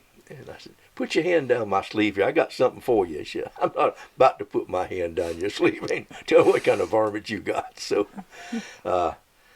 I pulled the little deer out, and he was so beautiful. He was no bigger than a cat, with long legs like that. And we took him back to the boat, and we put a little cloth and put him in a little box. He just lay there. And in a day or two, he wouldn't take water, he wouldn't take milk, nothing, just nothing. So I said, that deer's going to die if he don't drink. I mean, we'd put milk in his mouth and just nothing. So we went him back, and our daughter was staying with some friends in Sitka. We called them the radio, and they came down, a nice couple of their children, and little Marrie, she was 5 years old. And we come ashore with the deer, and she, oh, Daddy, and she grabbed the deer and put him up like this and nuzzled, and the deer grabbed her ear and went to sucking. And all right. So she had a little doll bottle, about not a bit bigger than your thumb, and we cut the nipple off of that and filled it up with milk and stuck it behind her ear, and that deer just went to sucking, and the foam and the milk ran down her, and she's just giggling. And he finally, his little stomach spoke out like that. We just kept refilling the bottle. Anyhow, we named him Flag after the yearling. Oh, yeah, the yearling. And so he couldn't stand up on the linoleum floor on the boat. So we took Marrie and we in Flag, and we put burlap. We tacked it down all over it so he could walk. His hooves would grip. Yeah. Yeah. And so he grew quickly, and I guess certainly didn't, it was a losing proposition. The whale put us out of business. So I sold the boat, and we headed back to California. Well, what we're going to do with Flag? Now, he's already a pretty good sized yearling. Not big, still a baby, but taller than knee high now. So I got a big shopping bag with a zipper in the top, and I walked right on to Alaska Airlines with him. And we sailing away that 500 miles an hour towards Seattle, and we get down there about halfway, and Flag gets hungry, and he starts, you can hear it all over the airplane. People looking. And stewardess came by, excuse me, flight attendant came by. We got to have the right pronoun here. And Marrie handed her 2 bottles. Could you heat these, please? And she said, where's the baby? And Marrie said, show her, Roger. So I pulled it out from under my seat there, and I pulled out and unzipped it, and Flag's head popped up there like this. He spotted, oh my God. It was delightful. Then pretty soon the other flight attendants came, and then the co-pilot, and then the captain. Oh, really? And he said, Yeah. Mister, I've had all kinds of stuff smuggled on my plane, but never a deer. Would you please wait a few minutes in Seattle so my wife can see this? Excellent. Yeah. So we did. He stayed in a bathtub that night, and the next day we flew on home, and we put him in the backyard, and that thing grew quickly. I mean, grew quick. We give him calf feed. But then when he got up yearling size, I mean, just a few months, he could jump. I mean, just like a springbok. He'd jump as high as the ceiling here, and he'd dig a hole, 8 inches deep in the sand backyard. And I thought, he could hurt our little girl jumping like that. They don't make pets. They're wild animals. They will come eat, but they're not like a cow or a horse. They wild. And so I gave him to some people up in Apple Valley that had a horse ranch, and they made a really beautiful, probably an acre, and they probably gave him the best feed in the world. They were rich folks, and we went to see him. He had a set of antlers on him, just huge, and what a beautiful stag he was. So one day they called and says, Roger, I hate to tell you, but some dog scared Flag, and he jumped that 8-foot fence, and he got away. And I thought, well, Flag's back in the wild again. It wasn't far from there to The wrong kind of deer. Yes. But it was a short time later, we saw right on the front of the L.A. Times or one of the major newspapers, there was Flag, and it says, a strange deer never seen before, and it's not from California, was found in the Angeles National Park nuzzling tourist. So they called the rangers, and they put him in. They took him to Santa's village, where he spent out his life in a petting zoo. Wow. And that's the Yeah. story of That Flag. timing of the bear and you being there. Yeah. Yes. Unbelievable. Yeah. 1 minute and he would have been dead. Yeah, she was already dead. It broke her neck. Bam. He knew Yeah. not to hit her. So when you were in Alaska, you did some flying as well up there too, didn't you? Yes, I did, but not that time. But yes, I certainly did quite a bit of flying. There's one story that I really like that's in there about that 206 on floats. Where you're, Yeah. Tell us that story. Well, I took a boat around the world, and we picked up a load of hashish in Pakistan. And I brought it to British Columbia out on the outside and went up in one of the lagoons and unloaded it. Then I went to Alaska from Ketchum on Lake Hood. And I bought a 206 on floats, and it was in the ice. And they had to take blowtorch and cut it loose. It's sitting on top. Then they put a rope to it and got in a pickup truck, and we took off across the ice, and I went On floats. on floats. It blam, blam, blam, blam, blam, blam. And it didn't take long. The wind was blowing. I was up in a couple 100 feet. So, but they was holding it so it wouldn't go sideways. And he flew right alongside him until we went over the pass. And then I dropped down into, I think, Port William Sound or something. That's about as pretty a place as I've ever seen. The sun was going down and the wind was blowing, and and the waves crashing in that place on those rocks. It was just gloriously beautiful in that 206 on floats. And then I got on down. I don't know how far it was, but they only had about 4 hours daylight. It was wintertime, maybe if that. So I had to land. So I called whatever the place was. I don't remember what it was. And I said, and they said, go on further south. And I said, I can't. It's getting dark. I got to land. They said, well, we got 40 miles an hour wind here and 4-foot waves. So I came in, and I mean, it just stopped. And I hit those waves, bam! And the water just came over and just froze that airplane just where it was. I taxied up to the fuel docks, and I got out. I had a sheepskin coat on. I still got a picture of it the other day. And we had to drain the pipes because nobody had bought any fuel at the float plane dock for a while. It took us a while. And then I got up on the airplane, and I got up on the wing, and I filled up I had to be really careful because there's a sheet of ice all over everything. And I filled that up. I got down and got up on the other side. And those 206 on floats is high up off the water. And I got up on the other wing, and I filled it up. I was quite happy myself. And I passed the hose back down to the lineman. And I went to close that cap, and I hit it with my hand like that to knock the little thing up the ice. And when I did, I just kept sliding. And I went off of that wing in slow motion. That wing is... and I hit that water 9 feet below. No. And it was bone-jarring cold. I swam to about 10 feet up. I mean, that stuff was freezing on me before I could get out of that water. I ran to that store, and there were some women inside, and there was a fire there, and I just started taking, I said, ladies, if you don't want to see a naked man, turn your head. Wow. So that was a getting down there. So then I got down, and I started hauling the load down to Lake Osset. I suppose that's just the most northwestern part of Washington State. It's a state park out there. Got a beautiful little lake out there. And there's a radio station not far from it up in the north. And I could come right over that radio station and cut my power and land on that lake. And I was doing one load after the other. I'd put hashish in it until the floats would sink. Then I'd take a couple of bags out and it'd flush through the water and get off. In the dark or in the day? I'd probably take off in the day, but I'd be landing in the dark when I got to Washington. Okay. And it would be snot. I mean, right down to nothing. I was just flying instruments the whole way. But it wasn't nothing just out over the Pacific, just coming down.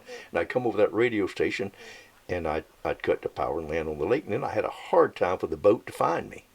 And of course, there was trees and rocks out there too. We had to line right up just right to get it. And so one night, it's a beautiful night, and a full moon, and probably the only full in the snow-capped mountains of Washington State there. Oh, it was lovely. And there's a lake a little early. I said, I must have a tailwind. And there was a black lake right in front of me, and there's the white water around it, where looking almost like a little surf around it. And I pulled the power to land. And I'm not paying no attention to it. And of course, I don't have any landing lights on or nothing. You don't want people to see you. And next thing I see, I'm down in stags 20 feet high, stumps and stuff. And it's a clear-cut area that's been burned off. And it's black, and it looks like it tricked me for the lake. And the white line around it was the logging road. And I'm down in those snags and stumps. Some of them I was 20 feet tall. I went and looked at them where they'd blown off and broke off. I was down in it, and I just put it up on a stall and just hung on just like, and pulled myself out of that. And then 5 minutes more, there's the lake.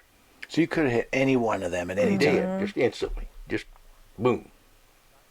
Or just went right on down into the stumps and stuff and tore it all to pieces. It was just a second away from it. God. So, yes. A lot of close calls. Yes, it was dangerous work, I'm telling you. And you didn't have any backup and nobody to call for help. No, you can't say what you were doing or why. No. So winding the clock right back to the beginning, how did you two meet, and how long ago was it? Well, we've been married 62 years, and I would say 64 years ago. Yeah, 64 years ago, a little bit more. I was born in 1943, so you know how old I am. And in Eindhoven, Holland, and it was during the Second World War. My father went into the underground and worked in the resistance. He refused to work for Hitler and go to Germany, and so my mother was left pregnant with me, uh, and she went through she went through a lot of duress. You know, people were always wondering, well, where's your husband? And she would she would receive visits from the SS. We're looking for your husband. She says, well, where is he? And she says, well, he went to work. She says, he just went to work. I haven't heard from him. So you couldn't trust anybody. Even your neighbors would Report you. report you. So, that was thinking back, that was a difficult time for my mother. It was starvation time. And Many then people died. yes, then during that time there was not much food. But my mother had an uncle who had an orchard, and somehow he would get baskets of fruit to her. So that really helped. But anyway, it was time for me to be born, and I was born in a hospital. And in those, a lot of the Dutch babies all had blonde hair, or they were bald, and I was the only one with black hair, with dark hair. And so all the babies would have a number just in case of an evacuation, but I didn't have one. And so it was, several days before they smuggled my dad in and to meet his firstborn child. Well, he had expected a boy. He wanted a boy so badly. And he was somewhat disappointed that I was a girl. But anyway, he went in to see me, and he said, this was so endearing, and I'll always remember that, and that seems so long ago, is he says, I touched my hand, and he said, and I fell in love, and that hasn't changed. And so my dad and I had a wonderful relationship. I had a great daddy. I'm a very blessed woman to have such a wonderful father. So after the war, my father lost everything, and Europe wasn't getting on its feet. It was just slow in, getting jobs. There were no jobs, no housing. It was just a difficult time. But then there were agencies that came to Europe, and I went to Italy and France, promoting Canada, the United States, and Australia. Come, there's work. We want you to come. There's plenty of opportunities for you. So my parents decided to do that. My dad, being an older parent with young children, decided, I'm going to do it. So he applied to all three, and Canada was the first country that called us, and they accepted. And then in those days, you had to have a sponsor. So my dad corresponded with the sponsor as best as he could. My parents both could write English, but they couldn't speak English, and because they had studied it in school.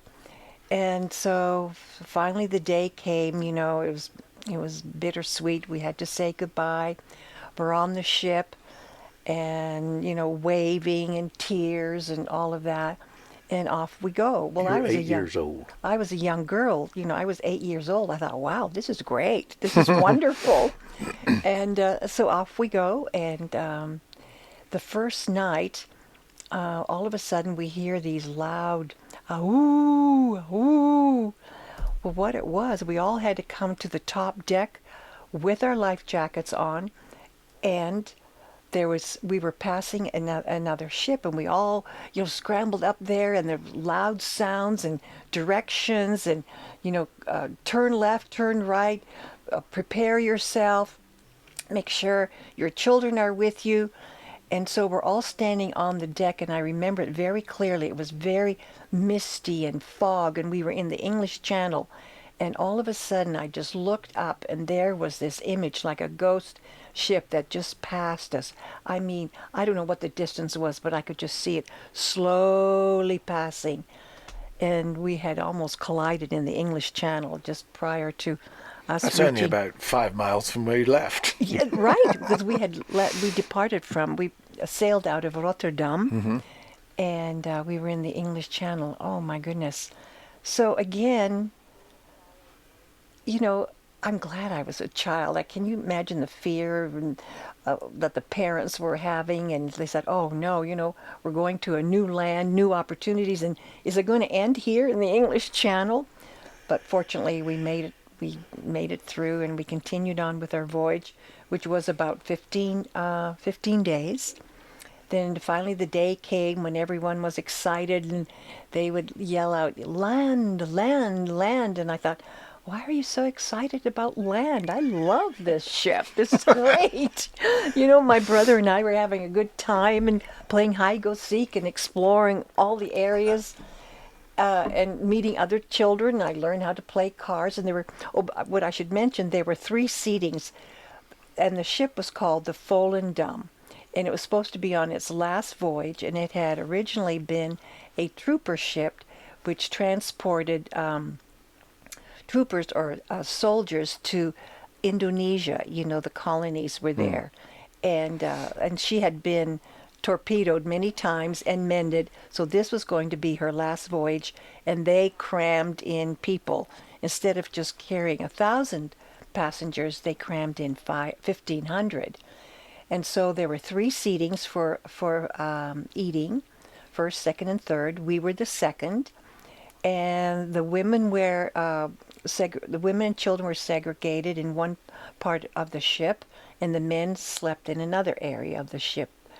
And there was about 80 people in would you call it a cabin? But we were in bunks.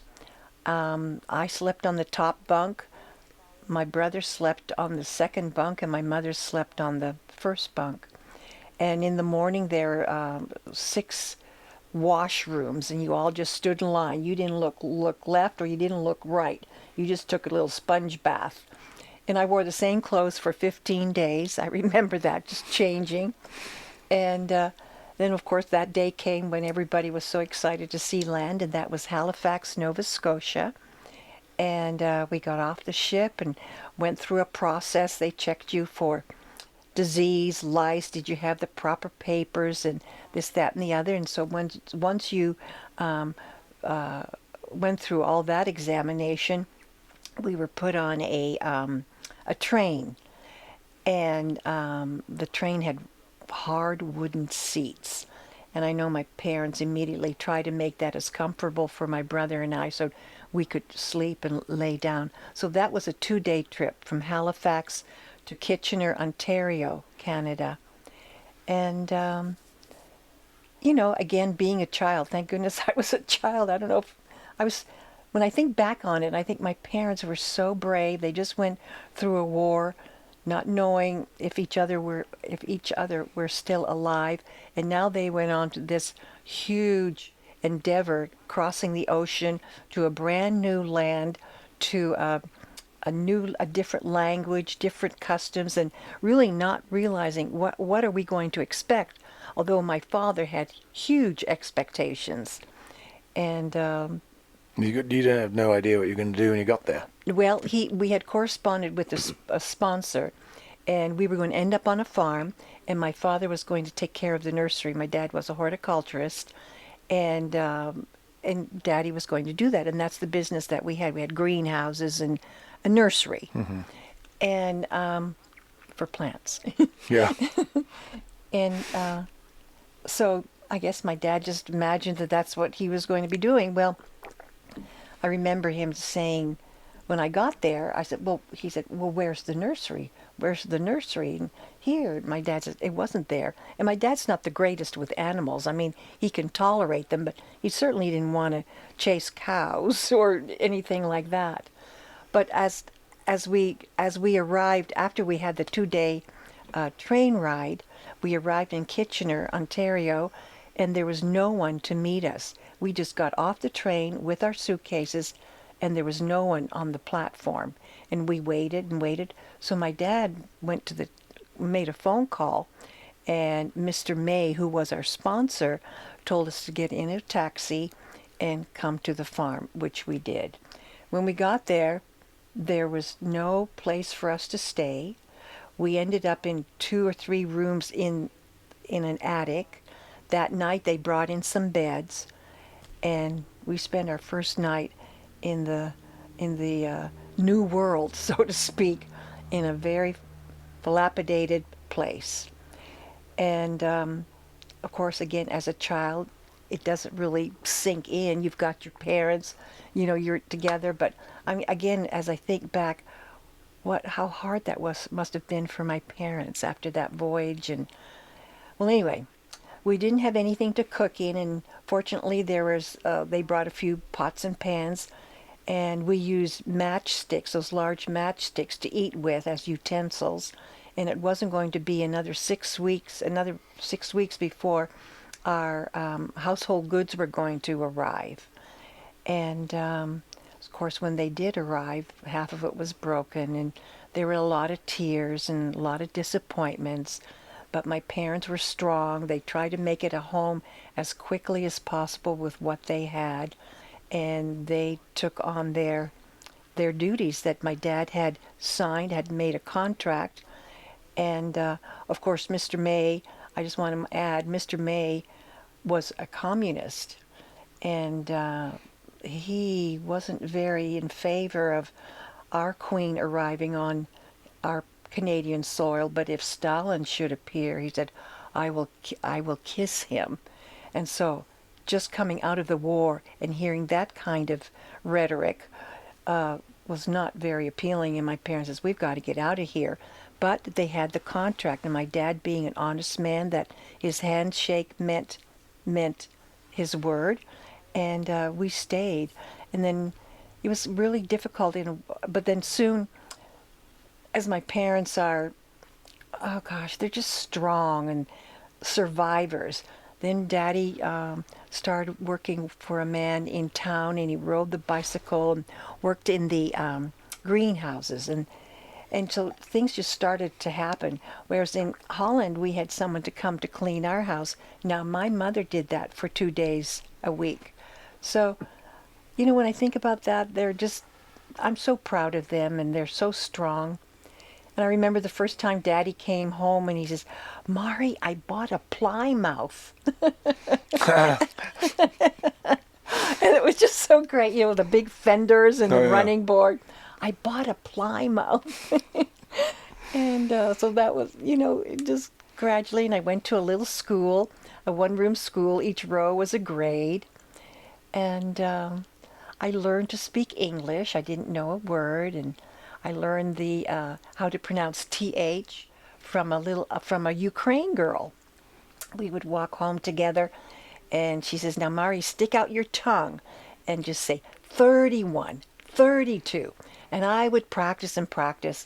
And she says, now you hold your tongue back behind your teeth and say it. So I learned to pronounce TH, because my parents still say Z. Oh, yeah. And those type of things. And but the Dutch generally now in Europe speak better English than the English. They do. And my parents had learned some of it in school, but they never practiced, yeah.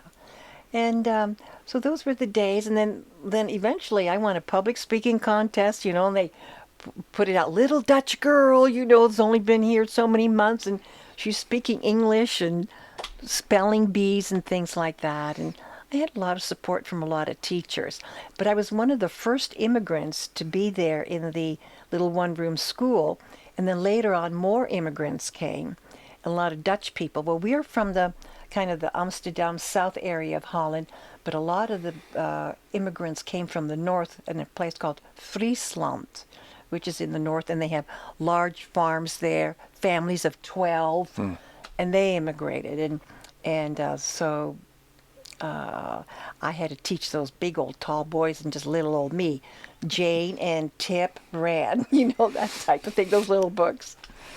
Yeah, and how old were you when you met Roger? I was 19 when I met In Roger. 3 days. Yeah.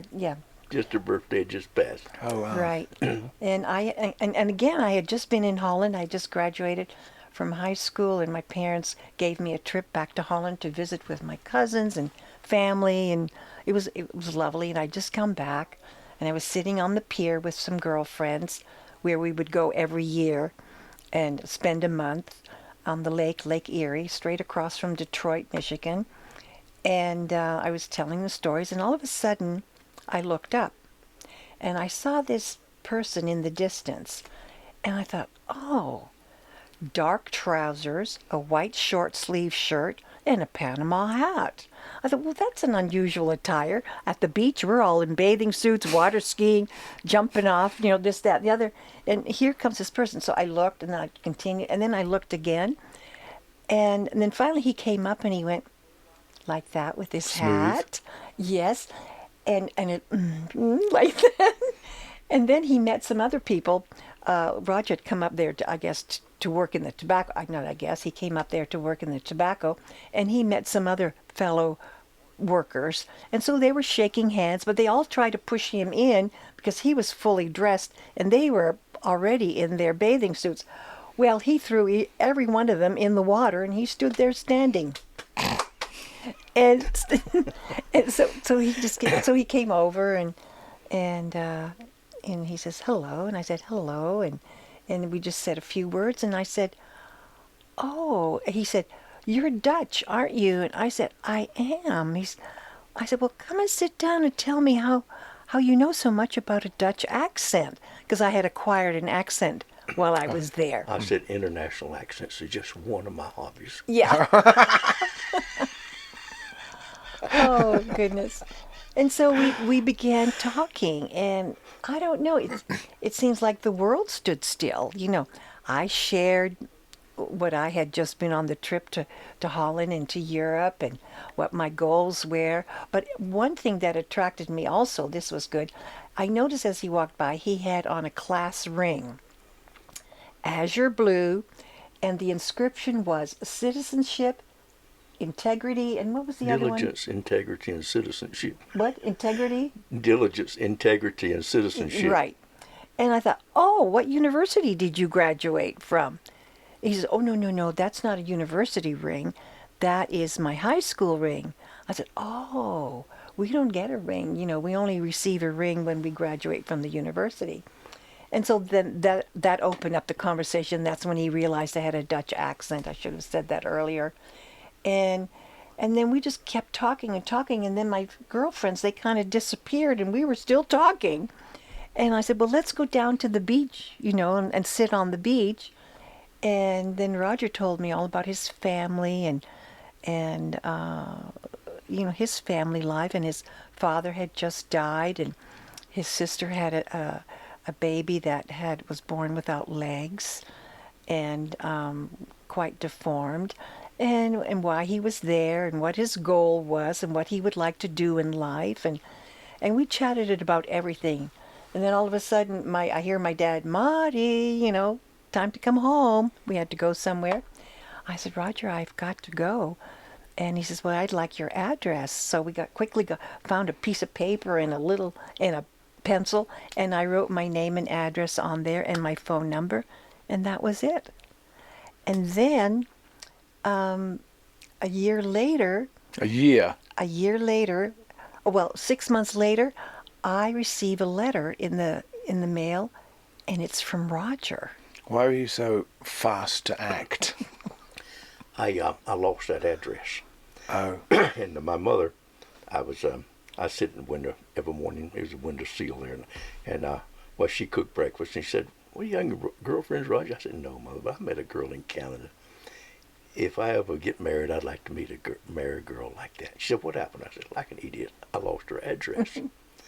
So I was working on the railroad. I was a fireman on the diesel electric trains, the Atlantic coastline. That was a good job. I mean, you made the same amount of money as an engineer, been working 40 years. That was a union for you.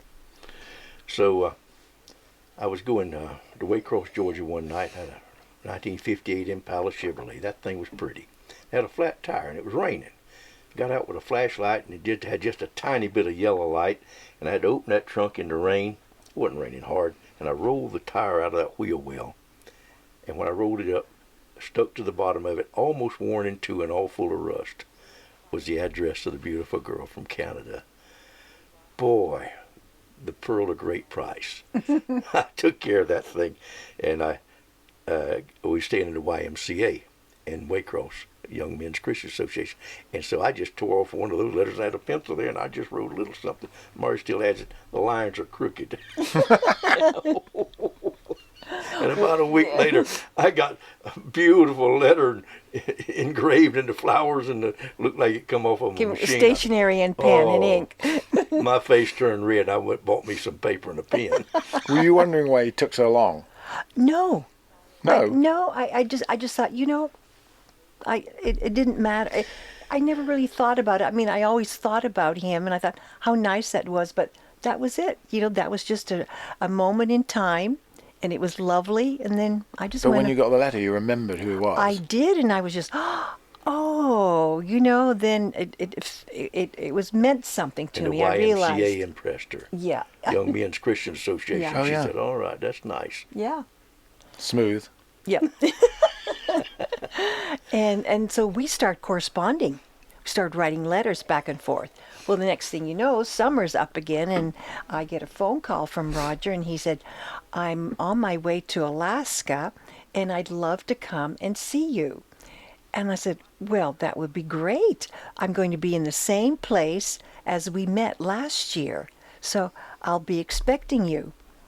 And so the date came, and I was kind of wondering, and sure enough, one afternoon, here he comes up at the edge of the pier again, this time wearing black trousers, a white shirt, and a Panama hat.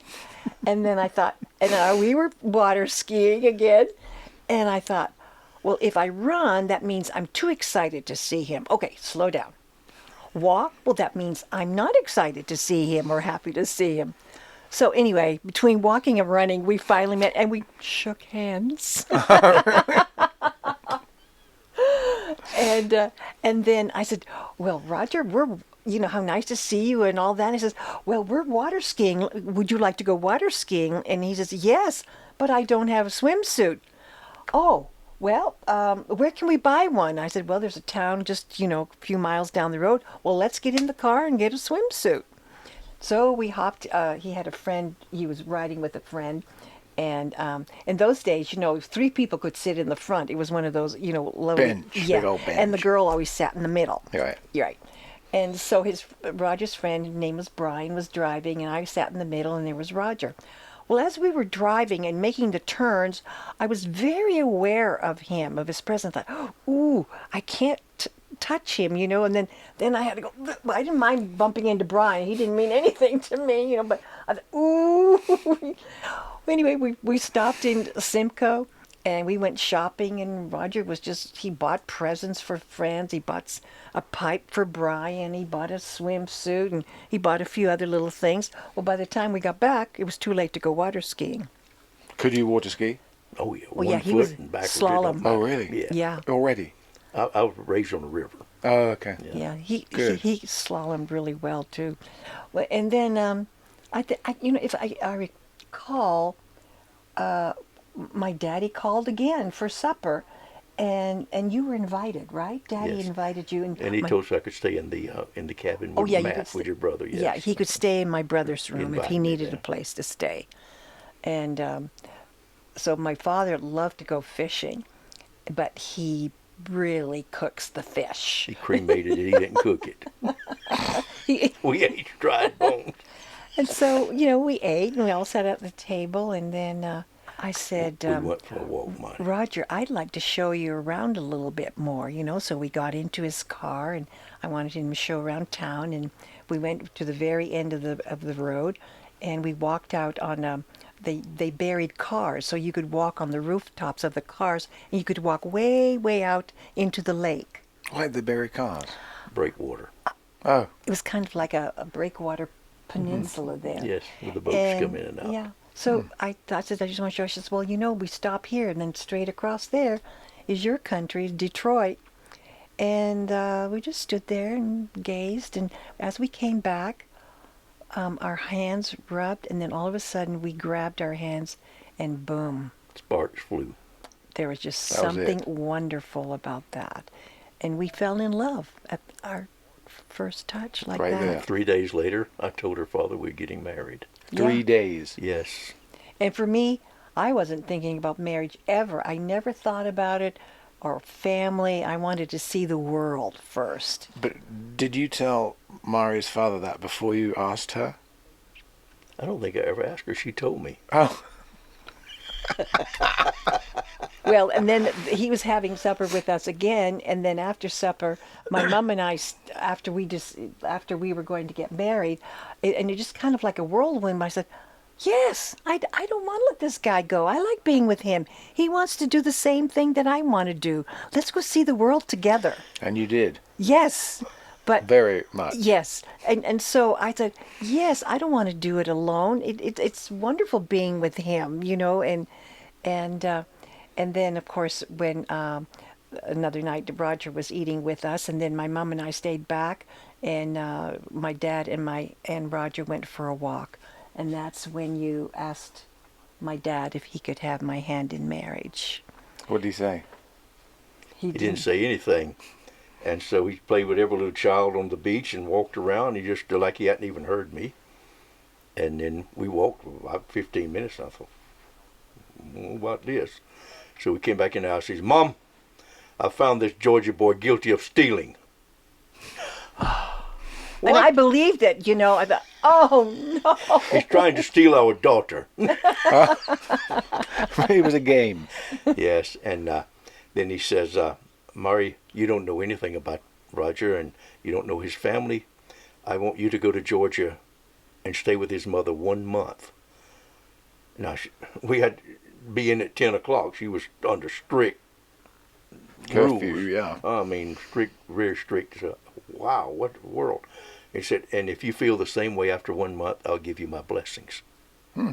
So, a few days later, we loaded up and went to Georgia, and Marrie stayed with my mother for a month. And, And you were 19? 19, Wow. How did it work out? Well, I tell you what, people This is- would this think, is a well, cute let me just story. tell you how it really was, and so nobody don't get the wrong impression how it was back 65 years ago. We got down about Pennsylvania, and a nice sunset, and beautiful little hotel with trees all over it in the fall. And I went and I said, "I'd like to rent a room." And the nice lady behind it, she got it. Marrie said, "2 rooms, we're only engaged." She held up the left. So that's Yeah. how it was. Okay. Yeah. Quite right. It wasn't a honeymoon. No, It was not yet. a We have that fact-finding later. trip. But there was a place called the Reuben Hole on Horse Creek that, I mean, you could not find a better place. It was almost like heaven on earth. Cool water and a rope to swing in, and a nice little beach there just all Yeah. by itself. Throw your fishing pole in and catch something if you want to. And that's where Excellent. we spent most of that month. So what was it like winding the clock forward again to where you got out of Australia prison, the final release when you came home? What was it like when you reunited after so long apart? Wow. Well, let me just tell you something. Marrie couldn't visit me in Australia because she was a felon. She took too much money down for my defense and didn't declare it. So they took her to court and took the money, and she had to report every day to the police station. And so it was difficult. So after 18 years, I wrote to President Jimmy Carter. We had been a neighbor of his, and he wrote to the Attorney General of Australia asking for my consideration for my release. And I got it after 18 years, and I came back to the United States thinking and hoping that I would go home. But I got off the plane, and there was some Mexican Border Patrol guys, the ugliest woman you ever saw, slammed my face into the wall, busted my nose, kicked my feet apart. I mean, they were waiting on me, handcuffed me with so many irons. Eyes forward, eyes forward. And I said, "Woman, if I had a bulldog as ugly as you are, I'd shave his ass and teach him to walk backwards." She kicked my feet apart. They took me about 30 steps to the U.S. Marshals, took me and took all that hardware off of me, just a set of handcuffs, chained me to the wall, and I sat there all day long. Then I went to Metropolitan Detention Center. I ain't going home. I had no charges. I had a book that I'd written. I had a tooth that I'd pulled. I had some things, and it all was stolen between, at that time, I mean, it's hard to lose a manuscript with 1,000 pages. Was it this? No, it was part of that and some other stuff that I had written. So I would have given almost anything for it. It was just like, it was a terrible loss for somebody to steal stuff like that. And the tooth. And the tooth, I'd pull it myself. They wouldn't pull it, so I'd pull my jaw tooth. Put a knife between it and got it out, and it'd been hurting for 3 months, and it was instant relief. So those are things that happen when you're doing life in prison. So they put me in the Metropolitan Detention Center. I had cut out of that place, cut out of my room in the wall, and went down in between the wall and the inner wall, all the way to the basement. And somebody told me that the fire door has to stay open. By state law, it's got to be open. I got down there. There was a chain as big as my wrist on that door. I fooled around in the basement, and I had to go bang on the door to let me back in prison. No way. So I bragged about that on National Geographic documentary. So after I was in the isolation there for about a week, the lieutenants would come by in the morning. I said, "Why am I in here? Why? What?" Nobody knew anything. So one morning, the little Judas window slid up. A nice-looking man in a suit. He said, "Hello, Reeves. I'm Assistant Warden Short. We saw your National Geographic document, and it does me pleasure to keep you in isolation." Click. I stayed in isolation a year. So you came back to free and went straight back into back prison. into prison for parole violation. That they never talked to me, never saw me, never did anything. For a year, they're supposed to have 90 days to give you a hearing. They never gave me a hearing, not one word. They kept me in isolation, and it was COVID, and Marrie couldn't visit me that year. And I got one phone call a month for 15 minutes, and they gave me a rubber pencil that you could hardly make things when I wrote. And I wrote, she paid a lawyer $7,500, Mr. Chris Cannon from San Francisco. And he never made a phone call to the parole board. Somebody got to him.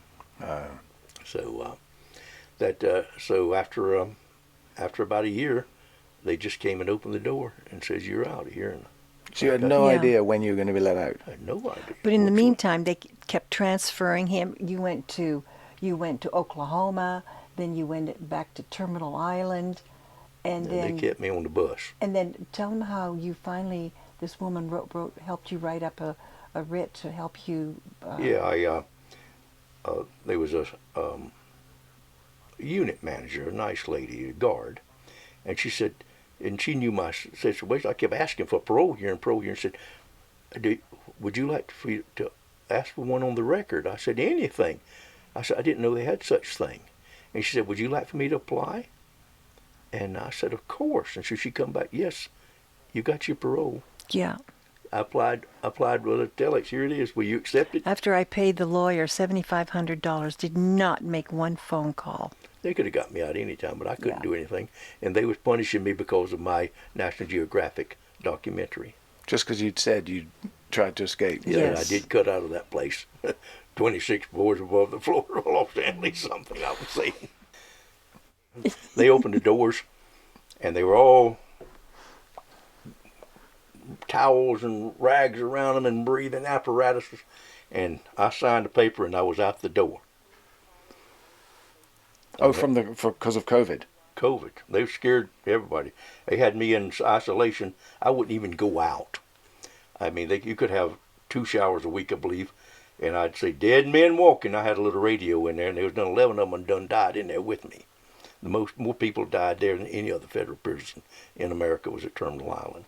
Anyhow, they opened the door, and I got home, called Katrina to come home, and Marrie was there, and we hadn't seen each other for 19 years, and it was just a big hug and tears, and we had a condominium, no more home. It was all given to the government, but there, she had a meal for me, and she said, "Go in and take a shower and get those clothes off. And in that extra bedroom, there's all your clothes laid out." So I went in and I took those prison clothes off, threw them out, and she put them down to shoot. And I scrubbed myself raw, And I got out and went into that room and I put on my clothes. Some of them 40, 50 years old. I'd been gone 38 years now from home, counting escapes in prison. Mm-hmm. And I mean, my clothes were expensive at that time. Even the T-shirts I put on, wow, was I ever this rich? The clothes fit perfectly. And I put on the shoes, and she had shined them so pretty. The clothes is ironed. And I took one steps, and the shoes came apart, and the soles left on the shore, and I just cried. No. My shoes don't remember me. And I went and sat down at the table, and she had a beautiful meal. I just couldn't stop crying. There was the same placemats that I left 40 years ago. There's the same plates that we bought when we got married. There's the same vases and the candlesticks. There's the same paintings that she painted. There's paintings that came from her mom and dad, exactly the same that we'd had for 60 years. I just couldn't quit crying. And she wanted to show me pictures of the children and this, and the tears just come. I wouldn't feel like boo-hoo. They just wouldn't stop coming down. I'd been gone 38 years from home. Been 19 years since I'd seen her. And I couldn't even look at things without becoming overcome with grief of what I had missed. It's like resurrection from something, like you come out of dark water and you come up into some light. And it took me a while, about 3 days. I said, man up, Roger, you just can't be crying for the rest of your life. And so I got over that. But it was something that, and she was so nice and gentle with me. And of course I could do 130 push-ups at the time or walk on my hands still, because in isolation I'd put my feet up on the wall and just do push-ups. That's all I could do. And do steps up on the bed. And I was like a wire. I was in good shape. So, but we'd go walking. We drove somewhere down and we went walking somewhere. And I said, Marrie, I'm tired. Would you go get the car? Oh, yes. Teasing me. She feels like I'm joking. I got to jog backwards and got the car. It didn't matter. So we had fun just getting to know one another again. What was it like for you the first date? Oh, I was nervous. I was happy and nervous, and what is it going to be like? And, you know, I'd lived on my own for all those years, and I'm meticulous, and I like things just the way I like them. And I'm not. And the children hadn't been home, so it was just me. I ate when I wanted to, slept, just, you know, I went to work, I had my routine going, and now we're in a very small space, and here comes Roger. He knows that. No, don't even worry about it, Marrie. Just let it happen. Just let it happen. And so I was concerned about that. And She thought I wouldn't like it. yeah, I thought he wouldn't like it, and I was prepared for him to say, Marrie, let's go somewhere. Let's move. We got to go somewhere else, you know. And so that bothered me because I was very content there. I'm very happy there. But I thought, you know, you've had this for all this length of time. If he wants to move, go, Marrie. We want to be together, and I'll make it work. And but that didn't happen, you know. And and then it was time for us to go to bed. And then you think, oh dear, how's this going to be, you know? And it felt strange for someone to be in your bed. So, but we managed to get through all that. And then, you know, just adjusting and then going out and, Roger didn't know about, well, in technology, things that's so advanced. For example, at the gas station, you put in your card and all that, and he didn't know about that. And at the grocery store, paying with a credit card with just a tap, and you know all those things, and that was all new. The telephone? And I did all the driving. Yeah, the telephone, Computer. and right. of course you knew how to type. But, Yes, I can type. yes, so he didn't know any of that, and then so I was very protective, and I drove, and just kind of like almost treated him like a child, like protecting him, you know. So gradually, you know, we worked our way through that, and it just gradually happens. You know, we loved each other, and so we just worked it out. And that was in 21. 2021. 6 years ago. But I had to learn to drive again. be surprised after nearly 40 years. You just you think you can do it, but you better forget to look over your right shoulder, or whatever, and about kind of like somebody blowing a horn at Or you. taking the corners and hitting the curb. Oh, really? All these newfangled cars. Yeah. So, but you might like this being a pilot. I wanted to fly. Oh, yeah. I went out to the airport and told them who I was and wanted to rent an airplane. Well, you got to get 5 hours. You got to get recertified. All right. So there's a young fellow there, Matt's son, one you met, and he's a flight instructor. So we went out, and I didn't pay much attention to that radio. I was worried about flying. Well, I could fly as good as I ever could. It was Which airport? Santa Barbara. Santa Barbara. I rented 172. It just squeaked, it just, and so, but he had to fly 5 hours, and having to call ground control. Of course, I knew how to do that, but I didn't have to do any of that. It wasn't a control, and have to get a pass to get through the gate and all that sort of stuff was all new. So anyhow, after I got my certified after the 5 hours, I told Marrie, let's go flying. Let's just go up the coast a little bit. So we got in an airplane. And it was one of them that the transponder, it was real hard to push, and I didn't realize it, and it wouldn't register one of them, but I didn't realize it didn't register. And they had a peep squeak in the tower. It had me on left foot. He wouldn't let me turn. And I just had to go around the university, turn, make a round, because we'd been doing it in practice. He had me going on out over the Pacific, and I'd do something. Do not turn. Do not turn. Go straight. Something with the radio and this and other. I don't know what I'm talking about. So finally I said, Honolulu approach, what is your position? I didn't want to go no further out over the ocean. 1,900 miles out. Yeah. Yeah.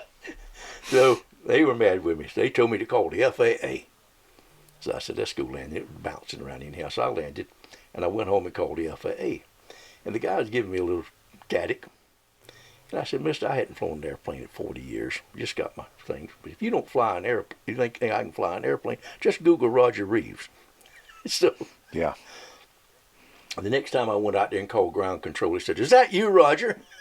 Oh, good. You go out there on 15 left. We're going to take care of you today. And when we landed, and there was a bunch of them there with books for me to sign for them from out the tower. So it wasn't that sweet. Yeah. So it worked out. It worked out. But anyhow, I just seen how much I had to get used to everything. Oh, yeah, I bet. Yeah, I took off. flying. I took off out of Santa Barbara once in a symphony. Yeah. I was picking it up, and I went out to sea, and they said, "Don't turn right until we tell you." That's Yeah. exactly what I'm And talking I just about. kept going. Yeah. And in the end, I said, "Symphony, blah blah blah. Can I turn on?" Oh yes. Sorry. Oh, yeah. They just let me. I'm out over the water. Right over the sharks. So Roger said, Honolulu approach. Yeah. Oh, Oh, gosh. that was funny. Roger, is there anything? We'll talk about the books in a second, both of them. But is there anything that a story you've never told? Is there a new Yes, something? and I'd like to break some new ground, something I've never told. I was asked not to tell it for a while. I saw somebody wanted to do a documentary, but he didn't get around to it. I got a call, and I think I'd been on Lex Friedman or Sean Ryan's show or something. I got a call from South Africa, and we was in Jerusalem at the old city. We'd going over there for the New Year's. I wanted to wake up in the old city of Jerusalem where and see all those sights. We were there, and they called and says, we've seen your podcast, and we would like for you to come to Cape Town and talk to us. And I said, what are you talking about? He says, it's a long way from here to Cape Town. He said, we'll pay you first class tickets. I said, well, Marrie's with me and on to California. Yes, California, back first class on to California. I said, you singing my song, mister. send me the tickets. So we flew from Jerusalem to Cape Town. And I didn't know what. I figured it's something other that was. So they had us met with a limousine. They took us up above Camps Bay, and it was a palatial place. I mean, with 360 view and the lace curtains. Oh, how nice. They were rich now, but that wasn't where they lived. They just had us rented a place. So they came, and nicest people, and they were gold smugglers. Gold. Mm-hmm. And I couldn't believe it, but then I found out that there's over $30 billion a year smuggled out of Africa into the Arab countries up there, wherever it's going to. 450 tons they expect of pure gold comes out of Africa. Now the deal is that the countries, all of them, they say that the gold belongs to us. The birds, the gold, the fish, it's ours, and you can mine it for 30%, but we're going to take 70. So you can imagine in a corrupt government or anywhere else, somebody's going to manage to get some slippage there. Mm-hmm. So they steal their own gold or pay the government people or whoever it is, and they get it and they smelter it down to I don't know what percentage, but then these fellas was go get it. I mean from all over. I mean all over Africa, and from the southern part in Madagascar and Zaire and then they bring it down to South Africa, and you have to get it into the refinery. As soon as it goes in the refinery, just in a few hours, the person, whoever owns it, gets their money in Dubai instantly. As soon as it runs through it, machine tells it how much it was, and they get paid. So they're paying 8% of the full value of the gold for the transportation. Now, that's a lot of money. So I give them all what I could tell them and what they could do and what I could help them. So then they wanted Marrie and I to look for runways, to make a runway. So Marrie and I got in a car, and we spent months and months traveling South Africa. And the bearing in the left front tire was out, and it squeaked, but I didn't want to go all the way back to Cape Town to trade it. So we did Africa. But what a wonderful, wonderful. We met the trip. people, I mean the poorest people and the loveliest people, poor, and the whites is everybody there was lovely. I mean, there's racial tension there, but the blacks, they don't have the same problem we have here in the United States. They love you. They love one another, and they all wanted Christian to go home people. with us. Yeah. Oh, and yes. they want a better life. But, yeah. And it's a rich country, and the few at the top are taking it all. Mm-hmm. And it's just really, really sad. But anyhow, we love South Africa, and the officials are not. They give you a hard time. I had to get out every 90 days. We would go out, come back. Oh boy, what dance do you have to go through? But that was all right. Other than that, there was nothing wrong with it. So anyway, I after a while I started flying, and I would take the other pilot. He didn't want the ones particular to Angola, and he didn't want to go across the water to Madagascar. So I would take those, and you put in 200 kilos of gold and bring it back. And you have to land on a dirt road or a dry lake. And then the trouble starts. They have no air defense. You don't have to worry about anything in Africa. You fly where you want to. But they are on the road worse than they are in the United States or Mexican border looking for it. They're looking for the gold. And we transported in a big, not a semi-truck, but a 10-wheeler with diesel. And they jump on top of it at those rigs, and they reaching with sticks down in there trying to see if they can find something. So it's sunk in the diesel? Yeah, afterwards to get it to Johannesburg, and they get out of that. Then they get it into the refinery. So anyway, that's what I flew. And I got an old poem. I started out to be honest with everything on the square, but I found that a man just can't fool with that golden rule in a crowd that won't play fair. So they didn't play fair. And I didn't get paid. I bought a huge piece of land there, put a 2-mile long runway on it, and so they patted me on the back and kissed me on the cheek and sent me on my way without the pay. And all 3 of them are dead now. That's just been a year and a half. What happened? Just through... Fate got them. They was shot to death, and one of them crashed in a car and killed himself. No. So I'm glad I'm gone. Yeah, good. Best out of it. Oh, yeah. I spent 2 years down in Africa, and I'm glad I did. I enjoyed it. Thoroughly enjoyed it. I've never been to South Africa. I've been to East Africa, and I like that very nice much. The too. Western Cape is wonderful. Yeah. Yeah, the Cape Town and that province is, it's wonderful. Yeah. It's wonderful. The rest of it is not. And it's very Dutch. Yes. And, the Afrikaans, I can really pick it up. I just felt very at home there. I bet. Yeah. Yeah. And English. Yes. Excellent. So the books, we'll wind it up talking a bit about the books. Marrie, you've written a book. So this is Roger's book, The Smuggler, yes. which is excellent, and I've read it. That's got stories in it like we've been talking about, and many others. But everybody wanted to know what the other side of the coin was. Right. Well, over time, people say, well, what was it like? Well, what did you do? How did you manage with that? And so, at the encouragement of Roger and my friends, why don't you write it in a book? So I started writing.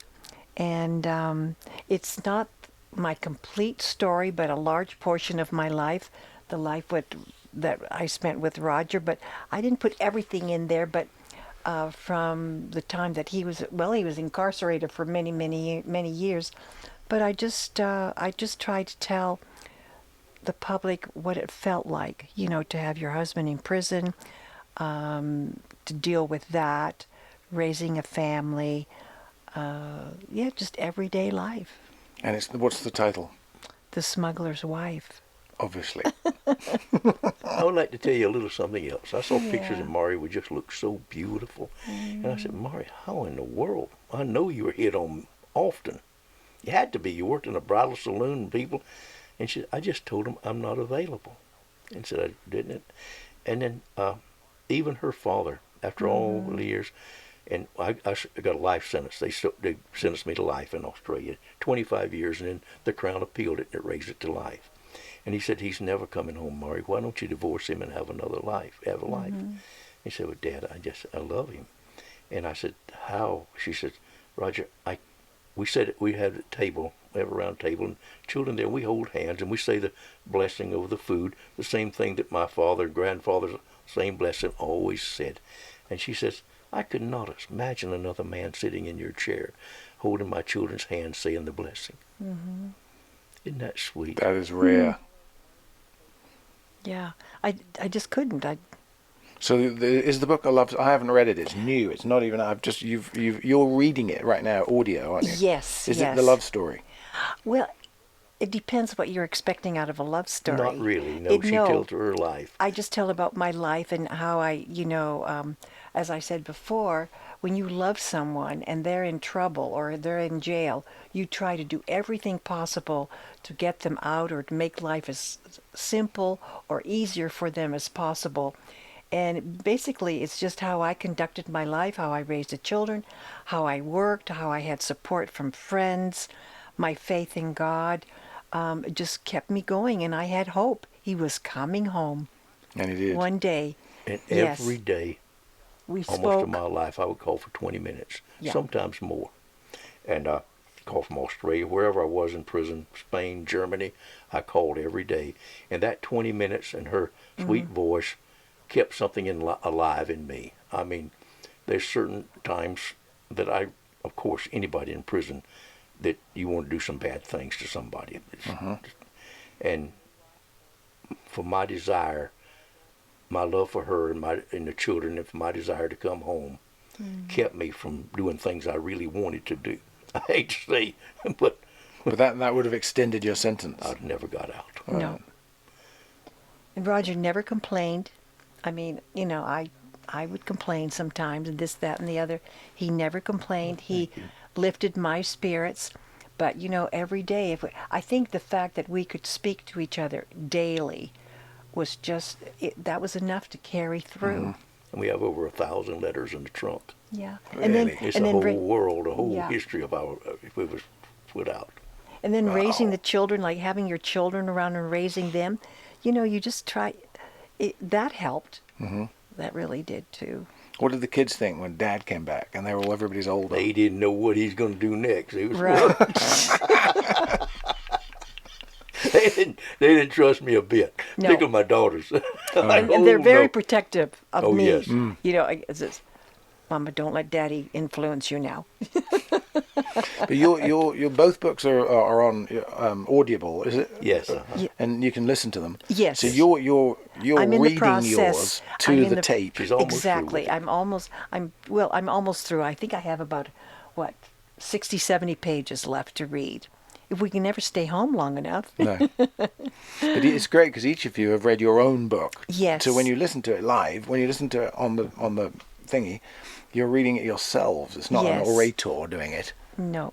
No, that's brilliant. And then there's hardbacks, softbacks, or Yeah. whatever they're called. And also, this is in 7 other languages. Roger's book, Smuggler. No, it's in Chinese. I want to hear it in Chinese. Is it your voice? No, they tried to do it, but it didn't work out. Okay. They couldn't make AI sound like me. Chinese. And if somebody wanted one, what do they do? It's Amazon. Yes. Amazon, Yes. If they want a signed copy, I got a Etsy store. Okay. And so Etsy Roger Reaves. Etsy Roger Reaves. You might want to say, your website, and that gives all the information where. That's all right. They're good. Okay. Smuggler's good. Amazon tells it all, really. And at air shows, you're there at air shows selling them live. You better believe it. I'm going to be at their show. And people can meet you. And Oshkosh, here we come. Yeah. We've got 1,000 books we're bringing. Give. Brilliant. Are So you going to be there? I'm hopefully going to be there, yes. Okay, good. Yeah. So, I mean, this has been excellent, and we could go on for hours, but there's all those lost stories are in the books too. Yes. So it's been brilliant, and I wanted to thank you both for coming. I mean, you've been staying at my Airbnb, and we've been Yeah. sitting around the campfire and drinking gin and tonic and eating salmon and making ribs, and Yep. and we've barely hit the top of the iceberg in here from what the other. We're going to have to get an eviction notice before we go. They've already done it. It was absolutely brilliant. It was just Wonderful, really wonderful. wonderful, yeah. I may have mentioned before, I said, gosh, Roger, I feel like I'm on a vacation here. You took such good care of Thank you. us. It was just wonderful. Thank you. Thank you. You and Stephanie were amazing. No, it's great to have you. And it was funny how we met, because I was talking to a friend who flies 185s in Alaska, Casey Long, and Casey said, you've got to meet Roger Reaves, and called you. And I talked to you, and you told a couple of stories on the phone and hung up, and that guy's interesting. And then we bought the Beach 18, Yes. and we went down to Santa Barbara, and there's Matt. And then Matt said, I have a friend who's a smuggler called Roger Reaves. And I said, well, I know Roger Reaves. Yes. So we'd already, it just all came around in a big circle. It was great. Yeah. Wonderful. Well, thank you very much for coming. Thank you. Thank you. Thank you. Absolutely. So thanks very much for watching. This is Roger and Marrie Reaves talking about their lives and the books they've written and unbelievably interesting stories. And we've got YouTube Plane Crazy Life channel, and Roger's in some of those, where we're repoing a plane and buying a Beach 18. And we also have Skywagon University, which is my channel, which is more sort of educational about different planes. Both channels have merch. Both channels have Patreon, if you'd like to subscribe and help us with the expenses accrue while running a Beach 18. So thanks very much for watching.